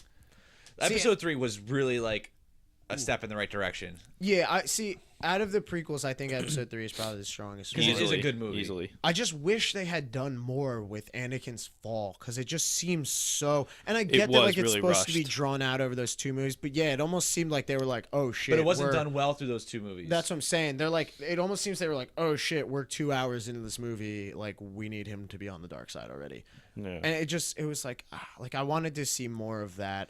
But you know, it is what it is. One thing I really want to ask the both of you, and I have my reasons for this question, and I actually have a defense for it too. A lot of people, the main criticism for episode 7 is that it's very, very similar to episode 4, which it is. Yeah, absolutely. I have a justification for it, and that I think is very valid. Do you guys not like the aspect that it's very similar to episode 4, or do you actually like it that it's very similar? I liked it. I did not mind it at all. No, I loved it because, like I was saying earlier, the whole idea, like Lucas, the vibe you get with like what Lucas was trying to do with the prequel trilogy and the original trilogy was draw parallels between Anakin and Luke, and like show that struggle, you know, because when you comes down to it, like the main point, the main conflict in Star Wars is the struggle between light and dark, and that's the parallels he's trying to show in those. And so like that's the the driving force to show that struggle as parallels. So I thought that was great that they went right back to let's show parallels. Yeah, that it was a parallel between Rey and Luke's journeys, and Absolutely. then Anakin's original journeys. Yeah, you're getting your main protagonist, who is Rey in this, is, you know, this person who was abandoned or left kind of to raise themselves, you know, not really have a parent or lost their parents or whatever it may be, and they're powerful in the Force but don't really know what they're doing. They're going to meet someone old and wise who's been involved and is going to teach and train them. And like I like that because it made it feel more like a Star Wars movie. Yeah. Right. Yeah. That's definitely one of my points of justification too. And like the thing, like a lot of people are unhappy about it, but the same people who are unhappy about it are the same people that would like riot if they did too much that was too different from the originals. Like it's those people who are not happy either way. At that point I think it's the same thing. Like, I mean, as much as I'm going to sit here and I could rip apart the prequels. Like I said, I would rather see a bad Star Wars movie than no Star Wars movie. Right. And when it gets down to it, a lot of times you're just nitpicking. And like, it's one of those things, like, these movies aren't supposed to be. Why do you think no Star Wars movies aren't supposed to be nitpicked in general? Yeah, especially not. I think drama is like the one thing you can kind of nitpick, because like that's what's supposed to get nominated for like Oscars. Like that's when you're critical, is when you're talking about nominations. I wouldn't even say that. I would just say you can nitpick like sensible dramas that are like where everything's more tangible, because it represents they're all real life, pretty much based in reality. Exactly. Not it's like this like a sci-fi movie. Sci-fi. Like it's supposed to be fun. Yeah. Like, are we really? I get, and look, I love Star Wars. I have like an almost unhealthy obsession with this franchise, and like I can't bring myself to nitpick it, because it's like I love it. How can I sit here and I'm not going to pretend I hate something? Yeah, like there were some flaws in Episode 7, but it was still a brilliant movie. Every movie has flaws. I mean, like, listen, the original trilogy had a lot of flaws too, but they're still fantastic. Yeah, absolutely. I mean, the prequels are a mess, but I love them for what they are. Exactly. Let's look at one of the best movies that was considered to be the best movie ever made, Citizen Kane. Did you ever see that movie? Yes. I think it's a great movie. It's not my favorite. It's a great movie. It's not the best movie of all time. I agree. If I saw it in theaters, I'd be like, wow, like that's like an Oscar-worthy movie. Yeah. No one ever hears him say Rosebud when he says Rosebud. Spoilers. No, there's no spoilers. When that movie came out, 1928. Yeah, like a 70, 80-year-old movie. No one ever hears him say Rosebud, but the whole movie is about people saying, why did he say Rosebud? What was his last word? Yeah. But no one hears him say it. The only reason that movie has a huge flaw, and it's still considered to be the best movie ever made. The only reason we find out how they know what that word was because after the fact, Wells was like, oh, his butler was in there. Yeah, but that's the thing. It was thrown, which was like to save himself. Yeah, and like I don't buy that. No, I don't. That's still a flaw in the movie. Yeah, well, even every movie has a flaw. Yeah, it's because you can't make it. It's just you can't make anything perfect. Yeah, it's just you're always gonna have something. And people are always gonna complain about something. And my argument too for Episode 7 I think why the similarities between Episode 4 and 7 are its strengths is because Episode 1 tried doing the same thing. Episode 1 is also very similar to Episode 4. Starts on a desert planet. Jedi finds a young person. Younger. It's the same desert planet as Episode 4. Exactly. Yeah. sees the Force. Them wants to train him in the Force. Yeah. Ends up being a great pilot. Great lightsaber duel between an elderly, not elderly, but an experienced Jedi and a Sith. Which leads to one of them dying. Yeah, it leads to one of them dying. And it's the Jedi. Yeah, exactly. And it's the Jedi. Yeah. And there's a space station at the end that blows up. Yep. It's not the Death Star. And there's someone pulling the strings behind the scene who you get a slight glimpse of, but you don't. Exactly. Who's trying to, convert somebody to their side. It's Episode 1, in my opinion, is way more of a remake of Episode 4 than Episode 7. Episode 1 is Episode 4 with a little more action. Yeah, they're like, exactly. hey, pod racing for no reason. Yeah, that's the only thing that's different. And although, man, that led to some great video games. It did. Star Wars Race for Revenge for PlayStation 2 is one of the best racing games ever made. Bombad Racing? It was like Mario Kart with Star Wars characters. They were like bobblehead guys. Oh, best. If you still have a PlayStation 2, man, I still have it. But go buy that game. Great game. And also, too, Episode 7's goal, in my opinion, when I saw it, was hey, we got to get everyone back who loves Star Wars. Yeah. But we also have to let a lot of things go to embrace the new. And I got that sense, like Max von Sydow, who's one of the greatest actors who ever lived. When I heard he was going to be in this movie, I was like, wow, like he's going to have a. That's another thing role. we need to learn more about. Like, we want to know why, like how he got a piece of that map, and like I don't know if they'll ever answer that, but and like how he Leia's connection to him, everything. Like there's a like a guidebook kind of to the Force Awakens that he was somehow involved with the Rebel Alliance. Yeah, I don't know. Yeah, how in some way, but there's still like some like. Yeah. But also too, or like if Luke trusted him with that, or how he got that. Yeah, you would have to imagine that he did, because that scene that in Rey's vision, you see Luke with his hand on R2. That's I took that as him giving R2 the map. Yeah.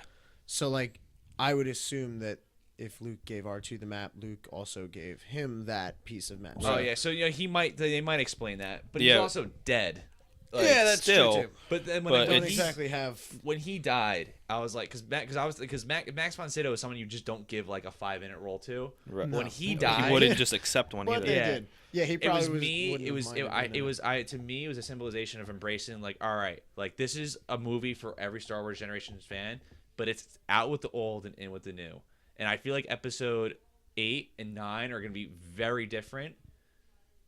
And like episode 7 was the grab for everybody. And a good, and that's why I'm like this. That's why it works, Yeah. And like, people are like, oh, it was a Death Star, times 1,000, like, but that's fine. I didn't mind that. It's Star Wars. Yeah. No, there's always going to be a big, like, weaponized ship or whatever. And in fact, like, you saw the comparison between the size of the Death Star and the Star Killer. Like, there was no comparison. And they operated pretty differently. Like, the fucking Star Killer absorbed the power of fucking stars. Yeah. Suns. It literally sucks a sun into the planet. Yeah, that's exactly. And and no one criticizes Dragon Ball Z for just having more powerful villains. Like, well, if you think about Dragon Ball Z, every saga is a rehash just with boosted up villain. Exactly. Like, is there some? And I still love the fuck out of it. Yeah, exactly. And it's just like that. It's Star Wars. Like, that's what it is. Like, what did you think? Like, I would have been disappointed if there wasn't anything like super like that. Yeah. And the fact that it was a planet, it was actually they actually converted a planet into a weapon. That was wild. Was what makes me think like how much more dangerous the New Order is in the Empire. That scene where they pulled up the Death Star and then pulled up Star Killer next to it, and you're like, oh shit. So I like how they named it Star Killer, because wasn't that supposed to be Luke's original last name? That was the original name of Skywalker. Nice. That's actually fun fact. Even though I don't think it's canon anymore, though it had a few months where it was technically considered canon. The Force Awakens games, Star Killer is Malik, the main character. That's like his name as when he's Vader's apprentice. Although I don't know if that's still canon. I have to check because The Force Unleashed. Yeah, because no, it's not. Because Malik's family crest is the Rebel Alliance's symbol. And like the whole thing is like because he sacrificed himself, that's why they took and like basically inspired the rebellion. That's why they took on his crest as the. I don't think it's canon anymore. No, probably not. And that's what I'm real like. I don't know. I like how open they had, like how since Disney basically took over and they were like, all right, like we're gonna kind of let Lucas. Which thank God they did. Yeah, we're gonna let LucasArts kind of operate and Lucasfilms kind of operate on its own, even though we're in charge. They It sucks that all this stuff that I spent time reading and looking into is now no longer canon. But it is really interesting because it opens up, okay, now we have this huge 20-year gap between episodes. They could pretty much do anything that you now. could make a movie for. And hey, Knights of the Old Republic was a really cool idea. Are we going to dive into that at some point? Plus, that should still be canon. Plus, they're showing that it's not they can still pull some stuff from them. Absolutely. Which they showed up, and they still can. And that's what's great is there's so much stuff out there already written that they can draw from, like you're saying. And like I'm hoping for that. I'm hoping for that so much. I would love for like a Star Wars like a standalone movie. Like it's not going to be because it's Rogue One. Rogue One, yeah. The Han Solo movie. What's the other one? Did they announce they're doing another one? It's 3 movies. Yeah, I think I don't know if they announced what it was going to be, but I know they said they were going to make 3. I would love like an Old Republic, like a thousand years in the past. Like going to like Darth Raven and all that. I would love a Darth Raven movie. Mandalorian Wars. A Mandalorian Wars movie would be really I would cool. love the fuck out of a Darth Bane movie. Yeah. See Darth the Bane would the be rule of two going into effect. Yeah, I was gonna say that would be the best. I feel like that would be the best choice, honestly. Even like a yeah, they got a lot of good things that they could dive into. I'm glad they're doing Rogue One first though, because that's a question I've always really had. Is like, how did they get those plans? Yeah, dude, all those Bonthans we're always hearing about. Yeah. I don't even know what a Bonthan looks like. Yeah. Many Bonthans died. I guess. I really hope that line gets said like 46 times in that movie. Like, I want to see how those Bonthans Darth Vader's supposed to be in that movie too, right? Yeah, that's what I heard. Which is interesting. Is like, I don't know who. I mean, not that it matters because you don't see his face. You just need a big dude. But it's like, yo, is James Earl Jones coming back? Because you know who's directing he's it, getting though? old. Just throwing that out there. He's getting old. You know who's directing Star Wars, Rogue One? No. It's Gareth Edwards. Yeah. Oh, is he really? Yep. Oh, I didn't know that. Did you like Godzilla? I loved Godzilla. I fucking love that. I thought Godzilla was awesome. It was so I thought good. it was a little too long, but I like long movies, so I was okay with it. I thought it was the perfect length. I could have just used more Godzilla. That's what I mean. Yeah, it was Yeah. too long. Yeah, I worded that. But it was still horribly. great. It was too long with too little Godzilla. Best But Godzilla movie in years. Are they making another one? Yeah. It was because it was like a tease almost. It was basically Godzilla was basically Luke Skywalker in that movie. Yeah. You saw very little. Yeah, of they're him. making another one. All right, good. Wait, I know we're kind of going off topic, but remember how I was during Godzilla during the fights? Oh my God, he. I'm like actually, a little fucking kid. I'm a bigger Godzilla fan than I am a Star Wars fan. Godzilla's awesome. No, I'm with you, man. I mean, I'm way bigger Star Wars fan, but I understand. I love Star Wars. That's that like, Matthew Broderick movie. I will defend until my dying days. I'm a Godzilla apologist. Like, people look at me like, you like Godzilla more than this. I'm like, yeah. Godzilla rules. When Godzilla used like the atomic breath, he like literally jumped out of his chair. Yeah. No, it was pretty. Probably I mean, screamed. There's probably some lady in the back like, sit the fuck down. His girlfriend at the time was like, "Oh my God." Yeah. Oh, not again. Yeah. Yeah. She was like she was sitting right next to me. She gave me that look like, what? So fucking embarrassed. Yeah, she was like embarrassed. She was literally embarrassed. I wouldn't be. That's awesome. That's how I was, dude. My girlfriend was sitting next to me when we saw Star Wars, and I was on the end. We sat in like the left hand side of the theater, and I was on like the end seat. I'm in the aisle seat, and I was just like this. The whole movie, I was like, oh my God. Yeah. Like, I just could not get comfortable. Giving you a visual, Matt was just shaking in. Yeah, I moved around a lot. Yeah. But she kept like hitting me. She's like, stop fucking moving. I can't hear the movie. And it's like, I can't help it. Like, I'm so excited. Oh, man. It was when that text crawl started and you just heard, da-da! I swear to God, I was so erect. It was the coolest moment. And I'm glad they said ever. Episode 7 on the text crawl because up until then you knew it was Episode 7. They just didn't put Episode 7 in the title on anything. Yeah, it was in just the always promotions. The Force Awakens. Yeah, it was Star Wars. The I Force was like, Awakens. are they gonna not call it Episode 7? Like, Well, but they did. yeah. As soon as the text crawl Episode Really 7, I was like, excited yep, about that. all right, here we Really go. excited about that. I was, oh man, and I liked they wrote. I was kind of nervous about that because although I wasn't because they got writers from the original trilogy, but I was nervous that like the way the text crawl was because you know they do the standard 3 paragraphs. I was nervous that it was gonna be like a different tone. And like me being a writer, like that's something I like that throughout 1 to 6, like it's very the same tone. Like the writing in that, like that is as lame as this is. That is like to me a huge. That is what makes Star Wars. Star Wars is that text scroll. Yeah. So like I was like, it is hugely important. I was like, if this sounds different, like I'm gonna be pissed, even if this movie's great. And it was so perfect. They got that droll. This is telling you what's going on. Also, semi-related note, they're making another Spaceballs. So yes, which I'm very. I excited was supposed about. to buy that movie today on Blu-ray. I was at work. I was like, I'm gonna pick it up. Stoked, especially since Mel Brooks is like 95. I'm glad it's finally happening. I am sure he's gonna be in it. He hasn't directed a movie since Dracula Dead and Loving It. I'm pretty sure he's the one. From what I saw, I saw a bunch of like things about it. I didn't really dive into it, but every article I saw about it had a picture of him. But yeah, like, he's the one who announced it. Yeah, so I was gonna say, so I'm sure he's somehow involved, and if he directs it, he will obviously be in it because he's in everything he directs. He's the definition of he's actually one of the few people in Hollywood that has a Grand Slam. Do you guys know what a Grand Slam is in Hollywood? It's when you have like an Emmy, Oscar, Golden Globe, and Tony. Oh, the EGOT. The EGOT. The EGOT, yeah. Tracy Morgan, shout out 30 Rock. Hell yeah. I think that is another word for it. But like, he's one of those few people that has that. Yeah, that's tough to get. But the guy still he did like a one-man show like 2 years ago. Yeah, I swear to God, I don't know how he's not dead. He's so old. It's because it all comes down to mentality. Yeah, he's so like old. when he's kind of like a real life Yoda. He's so old, but he still does so much. But yeah, he's gonna drop that cane and like whoop your ass. Yeah, yeah. He was. I mean, he fought in World War II too, so he probably still has a little bit of toughness. You know who else was awesome? And rest in peace. How have we not mentioned this? Talking about Star Wars, Christopher Lee died. Oh yeah, that's right. He died this year. He died this year. That dude had a fucking badass life. That dude was a Nazi hunter. He was tall as hell. And a metal singer. Before he died, he released a metal Christmas album. Yeah. Yeah, he like loved 2 metal. years ago. It was like He's been stabbed and shot and was fucking he Sauron. hunted Nazis Count Dooku. after.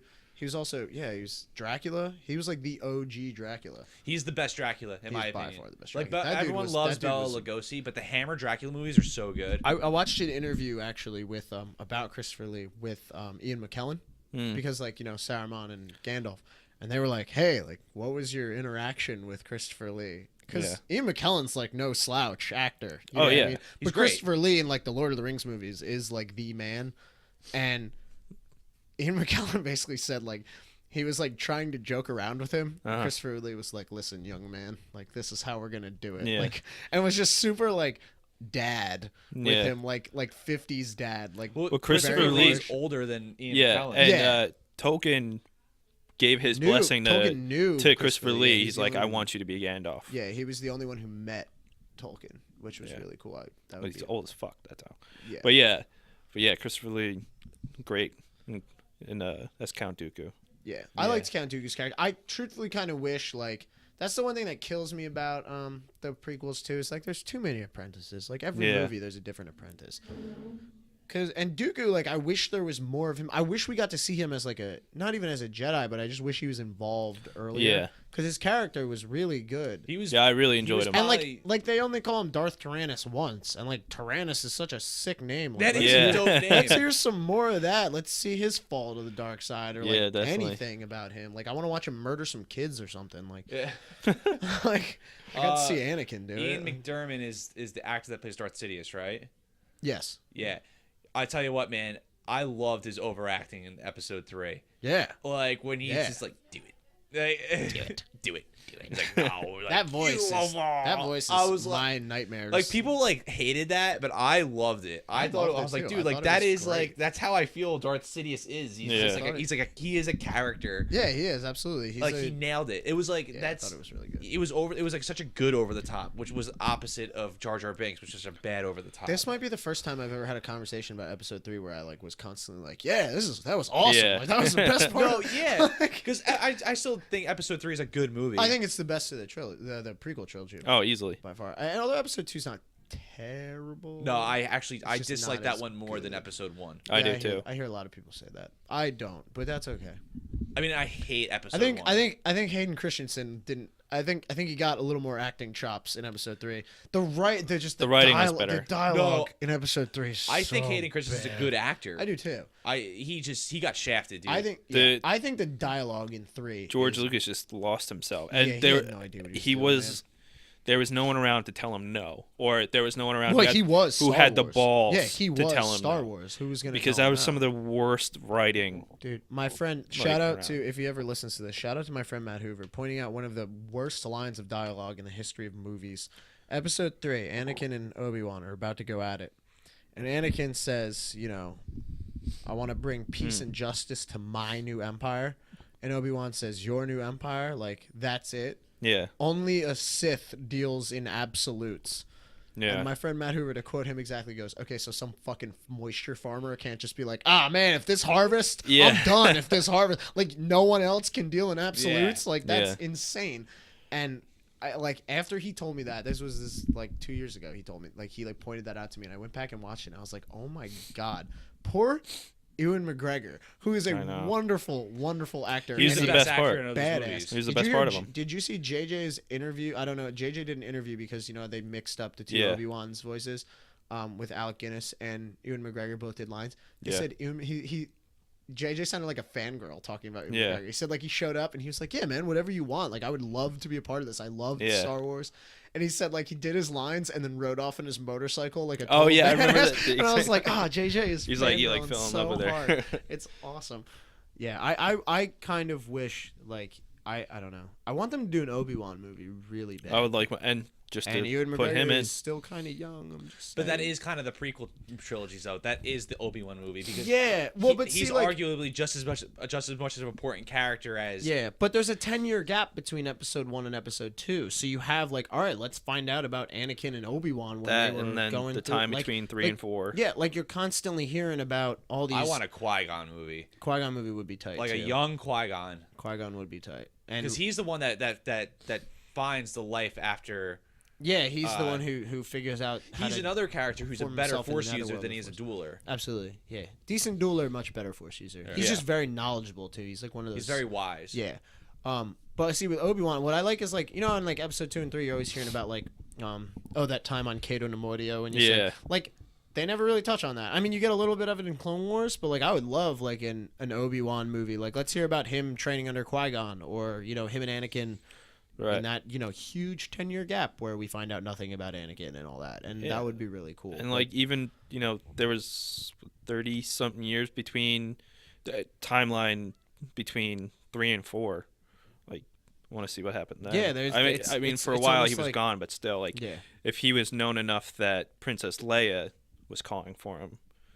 Yeah, like he must have been doing something. Yeah, like how did they get to, well, but I mean, all she really seems to know is that he knew her father. But I would love that. I would love even like although maybe they're gonna touch on that in Rogue One when they talk about, like, I would love to see more about like Leia's upbringing, because you really only get Luke's. So it'd be interesting. I mean, obviously she's just rich and all that and a princess, but it would be kind of cool to see like how she got involved with the Rebel Alliance, how the Rebel Alliance came to be. One question I really need answered though, I'd be pissed if they don't answer it. Is like when I forget her name. Who's the character? She was such a great character. She's not really that much in the movie. Kanata. Yes, who says like, I know those eyes. She was great. She was awesome. She was great. She was great. When she hands the lightsaber to Finn and they're like, "How did you get this?" and she goes, "A great question, but for another time." She says something similar. Oh like yeah, that. I'd love to hear that explained. Yeah. But like they're because they emphasize on that. Like you hear her say that. It's not something that just flies by. Like if they don't explain that I would be kind of pissed about, because it's like, dude, like cool. That you just set me up for like waiting for something. Yeah, that would like, how really did they get that lightsaber? What's the deal? Is it going to be answered when we find out like what Luke's been doing? See, and that makes me think, like Episode 8 obviously is going to explain a lot. It's going to answer a lot of questions we have, and it's going to set up this like major climax for Episode 9. But my thing is it going to be a lot of flashbacks? Because I really liked in the one thing I like about the prequels is like you hear about all these things. You hear about the Clone Wars, you hear about Darth Vader's fall, but then you get to see it. So like I want to see Kylo Ren fall. I don't want to just hear about how it happened. I want to like see some stuff. So are like they gonna do a lot of flashbacks, or are we gonna get separate movies? And then like, hey, do Episode 9, but then throw me 10, 11, 12. I'd be okay with that too. There's gotta be at least another 20 years before Episode. This might be the one saga I'm like, all right, like how they overdid Saw to the end time. Like I would be totally fine with like 47 Star Wars movies. There definitely won't be 10 years between the next trilogy.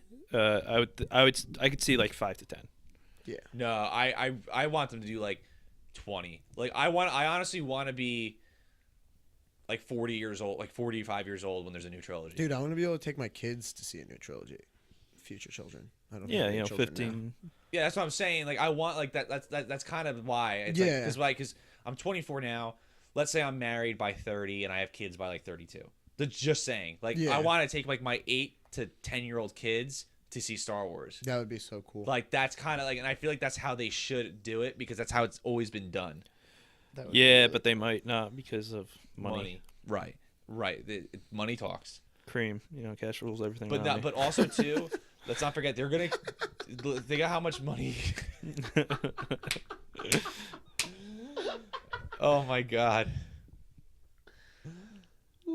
That killed me.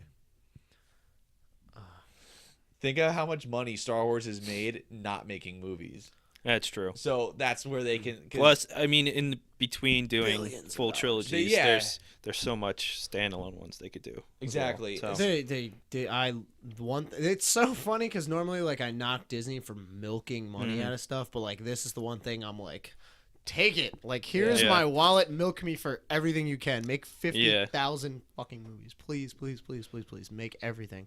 I want games. I want toys.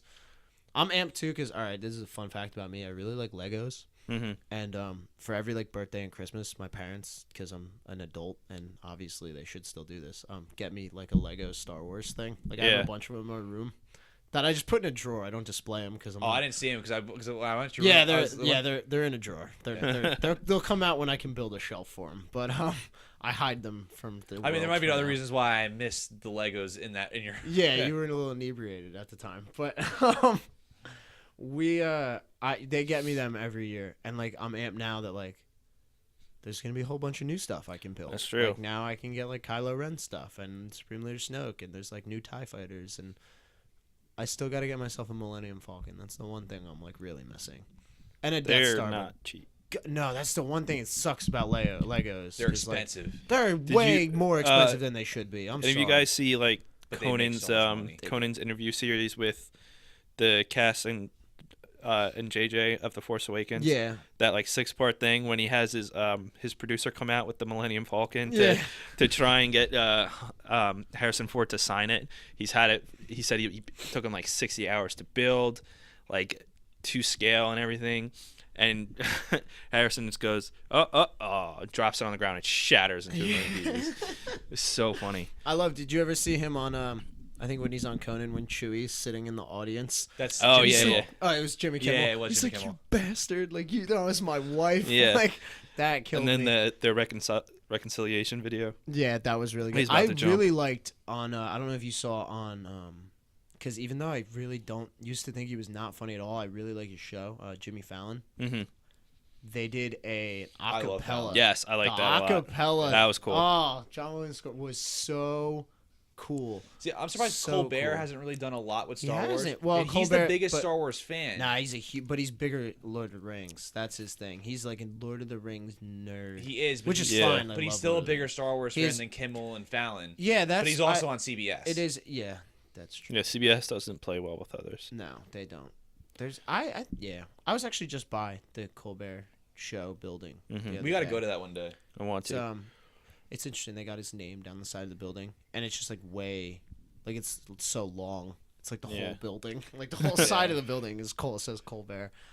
Before I forget, when you brought up the Legos, did you hear that the Disney Legends, the Star Wars release of it, apparently confirmed that Rey and Kylo are cousins? Because he supposedly, I don't know if like the patch itself was released or they released a trailer, but Kylo is fighting Rey, and he supposedly says cousins, and so everybody's like freaking out about it. But if you really listen to it, like I think people wanted to hear it, so that's what they think they heard. But it's like selective hearing. It's like he says, like curses or something.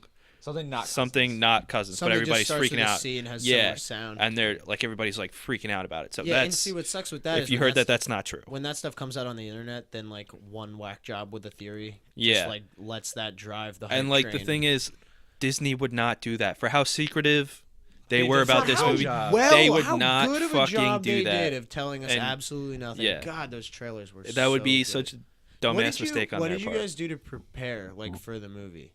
We watched episode 6. Yeah, we wanted to do machete order, but it was we didn't have the time for it. Twitter made me do chronological because they're mean, which is fun. Yeah, when you did that poll, I voted for machete. Yeah, I definitely voted for secretly, machete. in my heart, I wanted to do machete because it's my favorite way to watch Star Wars. Yeah. But I do what we got to do that. I did do chronological. I would be down to do like a marathon day if anyone's absolutely. Yeah, we got to do that soon. But I stayed off Twitter for a week. I did not go on it because I was terrified because there was a lot of people were sharing memes left and right. Yeah, and I barely even went on. I went on Reddit very selectively too because people on Reddit were a little better about labeling stuff, but I was just so afraid I was going to. I feel so bad for those mods. We're getting spoilers left and right. But I installed on Google Chrome. They had a Force Awakens spoiler blocker, but like on anything like on ESPN, Instagram, Facebook, any sort of post, there's people posting it. All over the YouTube comments, and like you couldn't go on to anything without somebody being a dick and commenting, that Kylo is Han's son, he kills Han, blah blah blah. Yeah, I tried really hard to stay off the internet, but like since I work on the internet, I just literally listen to, and I mean I do it normally, but I like just listen to podcasts all week at work. Yeah. I just did not go on Twitter. I barely went on Facebook. Yeah. Because I saw freaking Bill Pivots. I saw it on Facebook one time, and Bill posts, the first thing I see is Star Wars spoiler, and I was like, XXX, like I just had but to it get wasn't out of really there. a spoiler. No, I didn't even look. No, it was funny. It wasn't a spoiler. Yeah. I didn't That even happened It was to like me, the though, Colbert spoiler with the thing kid. didn't even look at it. There's this kid I used to I work got with at so Chili's. scared. His name's Matt, and he's a huge Star Wars nerd. He was actually an extra in the Amazing Spider-Man 2. That's pretty cool. Oh, that's Yeah, cool. he's a cool dude. He has like Star Wars tattoo, has a Padme tattoo on his chest. I need one of those. And not a Padme tattoo. Yeah, but definitely not Padme. I'm gonna get Boba because Boba's a G. He, I want a Boba movie, man. I do too. He posted something on Instagram like one more day till Star Wars. It was the day before Star Wars. Yeah. And I was like, dude, I can't wait. I'm so excited. I commented on his Instagram, and like 2 days later, after I saw the movie, some kid comments it and goes, "The guy on the right dies," and it was Han Solo on the right and Chewie on the left. But I already saw the movie. Oh, so you were okay. So I was fine. So I wrote back, "Hey, already saw it, Jar Jar." Yeah. And I was like, clever. Meanwhile, I was probably like the fucking like Wait, when worst did you guys? response. Did you guys see it opening night? Yeah, Oh, 10:30. so I was bummed. I had work the next Matt day. deleted the comment and he was like, "Dude, I'm sorry." It's like, that's fine. Like I saw it. I couldn't go opening night. I was really bummed. I had to wait till Friday at 8 p.m. because I refused to see it in 3D because I hate 3D. We saw it IMAX 3D, which Okay, was see, good. that's fine. That's Which fine. was good. IMAX 3D is okay because IMAX is the coolest thing in the world.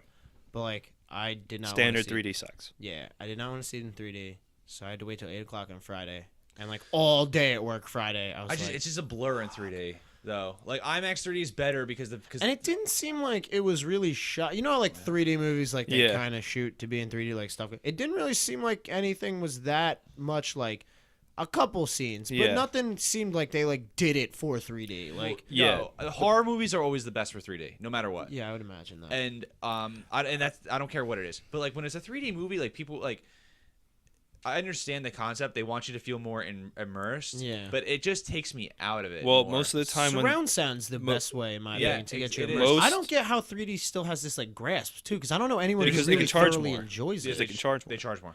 But the way that That's most true, movies that are released in 3D, they're not filmed in 3D. Like there's no 3D camera. It's post converted to 3D. That's why most of the time it comes out like shit. Yeah. So they really have to be like, so no scene really fits well into the 3D.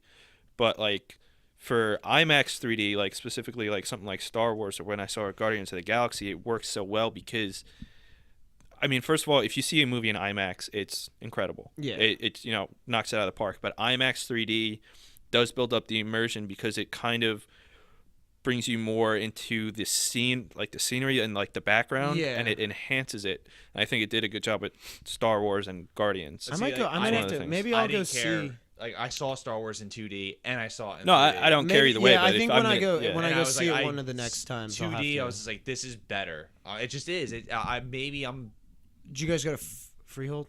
Monmouth. Okay, yeah, I might have to because that's what I was gonna say. Freehold, since- they had to stop the movie. Did they? Well, yeah. There was Oh, a I bomb heard threat. about that. Yeah, I heard about Yeah, that actually. in Freehold, New Jersey, there was a That- bomb threat. They actually found There was the a guy, bomb though. threat, Did they? and Yeah, then it was a somebody 20-year-old pulled kid joking Just being around. an ass. somebody pulled the fire alarm Oh, what a dick. again. Somebody got put in the dick. hospital too. Actually, I don't know where because it was opening night. Yeah. Did you guys dress up? I had a Star Wars shirt on. Yeah, that's Okay, yeah. sure. I just Star Wars. Don't worry, style. you're among friends. Yeah. Like it was like the first showing, Yeah. and then there was like the second show. People were lying for the second showing. A kid was telling everybody what happened, Oh, like screaming what? it. Oh, I saw on Reddit. Some theater had like The you line going entrance the other one way. and then you had to That's leave a the other way. brilliant So you idea. could, that was Yeah. awesome. I thought that would That's a that great would be idea. I would go back to that movie theater. A dude just got because put of in the hospital for spoiling it, and it was like he got beat the shit out of. Oh, him. really? Yeah, but That's- I don't ooh. feel bad for him. fuck that guy. Well, I like as much as like, dude, he didn't deserve that. It is. No, he it is deserved just a movie. No like, offense, he deserved it. But you're asking for that. Because Yeah, you're absolutely. purposely being an asshole. Yeah, Yeah. you're antagonizing people. Yeah. What do you expect? And this is something like, I guess, I mean, like, there are things like Lord of the Rings, Star Trek. There are other things that people get that excited for. But I think, Right. truthfully, I think Star Wars has probably the biggest, most loyal following. Because, Oh, yeah. like, Star Trek fans are really, really into Star Trek. Yeah. I think Star Wars fans has more numbers because I think it's easier to be like a casual Star Wars Right. fan. It's So like you can mainstream. still Because so you can be, Star Trek has a lot more lore to it. yeah. and like more movies. Well, there's just more content in Star Trek. Yeah. There's way more content in Star Trek than there's in Star Wars.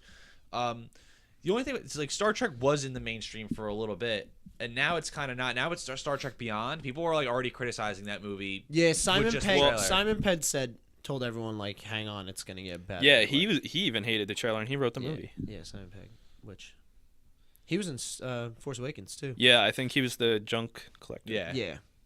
Oh, Ben Schwartz and Bill Hader were the voices of BB-8. No shit, I didn't know that. I did not know that. I loved BB-8. I thought he was an awesome droid. BB-8 was amazing. He or she. I guess he's a he. He was better. Not better. He's better than C-3PO, but I still think R2 holds my. I think BB-8 is my. BB-8's got potential. I'm be real with you. He's got potential. I'll give him the next 2 movies to decide. Yeah, but you gotta remember, R2 stole my heart for 6 solid movies, man. Yeah. Like he was. Speaking of which, I love that R2. Got so depressed after Luke left. Yeah, like and he then shut the last down moment, completely. That and like while he was quote unquote shut down, he was stealing maps from the old Empire, which is crazy. Which is how like they were able to find Luke. Mm-hmm. Yeah. Aside from that one piece, because obviously that one piece didn't have the entire thing. Right. It was just a part of the map. So he was doing work all those years. How awesome is it when you just casually saw Admiral Akbar? That was amazing. Yeah, it was the best. Like, at first, I wasn't sure if it was him. I was like, "Is that Admiral fucking Akbar right now, or is that just like happens to be another one?" Oh nope, that's Admiral Akbar. Like as soon as he talked, that we was were amazing. like, "Oh." C-3PO's introduction was like funny because it was so C-3PO of him. Yeah, just like interrupting. Yeah, like such a. Oh god, that was a really good. Because C-3PO is usually like involved in comedy somehow. Like he's like a straight man basically. He was like the funny guy in that portion of the movie. Yeah, that was I like. Oh, you may not have recognized me because of my arm. Like yeah. just like right. I totally don't recognize you. But yeah, I thought like when I saw Admiral Akbar, I was just like, oh god! Like at that point, I was like, this is a sequel to Episode 6. So many nods, yeah. So many nods, and I don't know. We're getting to like an hour and 45 minutes almost. Which is fine by me. But we could talk way longer about it. For a while. Let's try to end it on 2 things, unless you guys have something else you want to say. But I gotta bring up a story. Do you guys follow Brian Altano on Twitter? He's like a Twitter comedian. He also works for IGN. I know who he is, but I don't follow him. So like that whole thing that happened with the fat Jew about like him coming out and stealing jokes. Yeah, he stole one of his jokes. Oh, I know exactly what you're about to say. Yeah, that was the whole Darth Vader thing. Yep. Right? Yeah. Yep. So. The guy that played Darth Vader, Brian Altano made a joke, and it was an image of the junk collector making fun of GameStop, saying, "Hi, welcome to GameStop." Oh, I saw that image. Yeah, I saw that. Yeah, okay. It was like, "I'll buy your PS4 for $7." Yeah. He thought of that joke. Yeah. Like that's his original joke. A lot of people stole that from him. Yeah. But I saw. I think I saw it like reposted on Reddit somewhere. Probably. The guy who played Darth Vader in the original trilogy stole the joke from him. And really? Everyone called them out. I called them out on Twitter too. Everyone called them out, and like people were asking him, like, "Dude, are you mad that he stole your joke?" He's like, "Dude, it's Darth Vader." Like, how did you get mad at that? Anybody's gonna steal my joke. That's right. Yeah, he's like the one person I'd be fine with that. Yeah, he's like, "That's so Darth Vader." Like, how could I get mad? So like, I even tweeted it. I was like, dude, like, the guy who played Darth Vader started blocking people calling him out, and then finally just deleted the joke. That's funny. So that's funny. And I guess, and like again, unless you guys have something else to say, do you have? I just thought of another parallel between Kylo and young Anakin. Okay. How Kylo and young Anakin, because how Anakin slaughters, the young Jedi. Yeah. Well, Kylo slaughtered the new Jedi. Yeah. It's just another parallel between that's their such an path.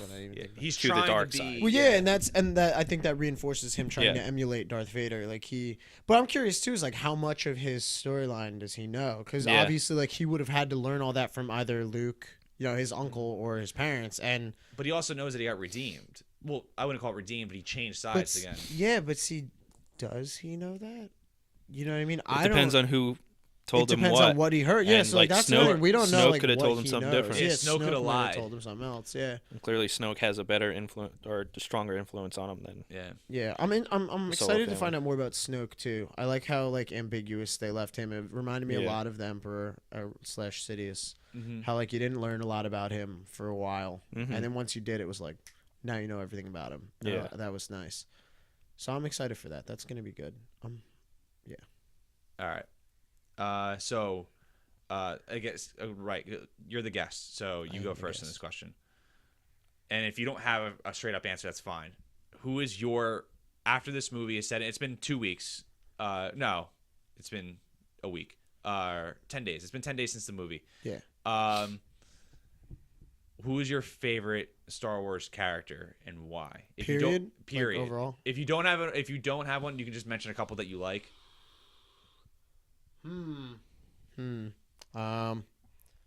Favorite Star Wars character. That is hard. I'm a huge Boba Fett fan because I think his character, like, I like how little we learned about him, period, but like we still got a glimpse of him in the prequels where like kind of you like learn like, oh, he like actually is a person, which is why I would really like for them to do a movie about him. I would say though, he's probably not my favorite character. I would say my favorite character is probably Luke. Yeah. I think Luke is Good probably my choice. favorite.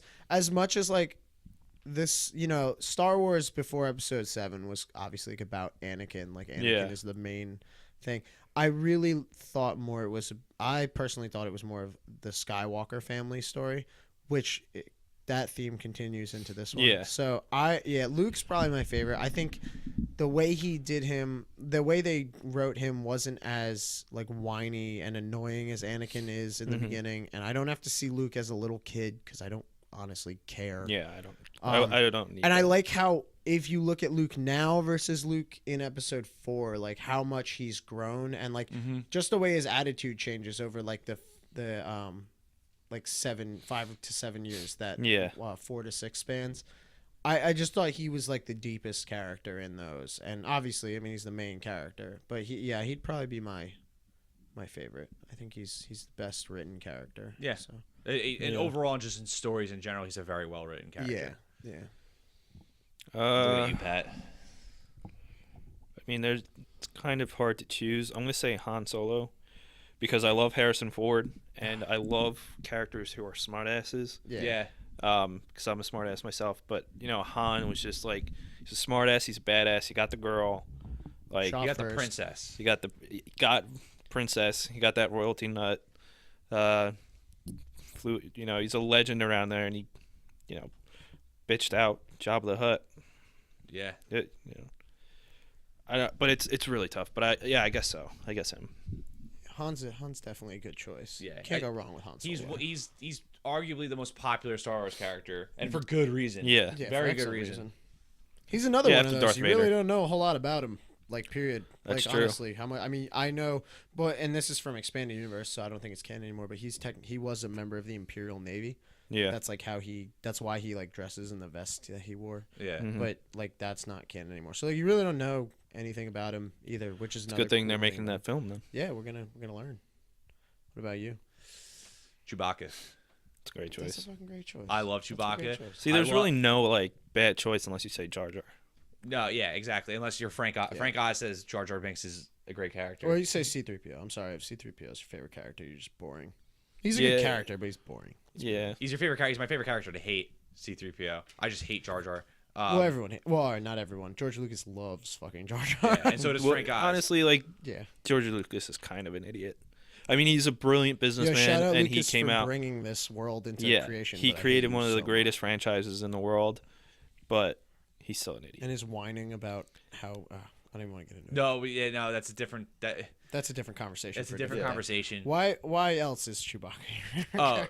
I don't know. I just love how loyal he is because he is a dog. Like he's supposed to be a dog. Yeah. And like I just never had a dog growing up, and I always wanted one. So like when I look at Chewbacca, I'm like, oh, like that's what I want. love that scene with him and the nurse. Yeah. She's like, oh, I bet it was really and that's scary. I was like, that's how you talk to a child or a dog. Like I'm sure when a vet calms down a dog, like like I've never been to the vet because I'm not a dog, but like, dude, I was dying, and then Chewbacca's like, oh, Just give him a nice scratch behind the ear. Yeah, and like, imagine a dog saw his owner die. How like, oh yeah. how that I can imagine a dog just like freaking out, like. Well, yeah, like you see it, pictures of them like sitting at their graves or in front of their caskets and stuff. Like That's like when you ever Chewbacca see saw that Han movie die. Hachi? No. Oh, don't watch that movie. It's really sad. It's about a dog. His owner dies, and he used to wait for his owner at the train station every day. Well, that's and like, he waits for you ever watch 20 Futurama? years every day. Oh yeah. Oh, Seymour, dude. Oh, Yeah. Seymour. So like, I was like, oh, Chewbacca. Like when I felt so bad for Chewbacca when Han died, I was like, dude, his owner. It's not really his owner though. They're partners. Well, yeah, it's his but boy, man. Yeah. That's his best friend. Yeah. I don't know. I just love Chewbacca, and like I still to this day I can't stand that they didn't give Chewbacca a medal in Episode 4. Yeah, what was up That's with that? bullshit. That is bullshit. That was interesting. Like if they had to fix something in those, which they should have fixed that. Yeah, instead of changing what Anakin looked like, that was weird. Like why couldn't you just artificial or digitally put a necklace medal on a medal on Chewbacca? Yeah. Yeah, I don't know. Chewbacca's awesome. He's my favorite character, and I hope I know he's gonna get like bigger, like more of a role, or he has a great role in all the movies. He's a good supporting character. So he's just like he's just like a good friend thing to have around. I love Chewbacca. Yeah. Yeah, so I think that's gonna wrap it up. Yeah, we're almost hitting 2 hours. It's our longest one to date, and we didn't even take a break. But that's because talking Star Wars, you don't need it. Because you can't break. Exactly. Like we can keep talking for hours and hours and hours about this, but maybe future episodes or whatever. But if you guys saw the movie, let us know if you got any theories, what you thought about the movie. If you think we're wrong about stuff, go for it. Yeah, we need to have I feel like we need to bring like the antithesis, like because we all universally loved it. Yeah, we got to bring. I want to come back, find someone who hates Star Wars, and let's have a debate. Or is there someone who loves Star Wars but didn't like the movie? Your brother. I like that too. Oh yeah, my brother didn't. Kyle liked the movie. He just didn't think it was as good as everyone says it was. He likes the prequels. He also likes the prequels too. Oh, I would definitely like to talk to him. All right. But like, comment, share, subscribe. Follow us on Twitter. I'm at RickPatMick. And I'm at Less Than Connor. I'm at Matt_HOFF_. That's Hoff, by the way. Matt All Hoff. right. Yeah. All right. Yeah, follow us on Twitter just to get updates for Awesome Sunday Show. And also too, sometimes me and Pat tweet at each other like weird things if you want to just see that. Yeah. And Matt also, he's a writer. He tweets a lot about sports and stuff. Yeah, I'm weird. Too. Movies and all that shit. A lot of weird things. Just, check us out. May the Force be with you. Oh, and also today, the Jets beat the Patriots. I'm not a Jets fan. I don't want to talk about it. I'm a Patriots fan. You're a Patriots fan? Oh, yeah, I don't want to talk about it. Bad decisions there. All right, guys. Thanks.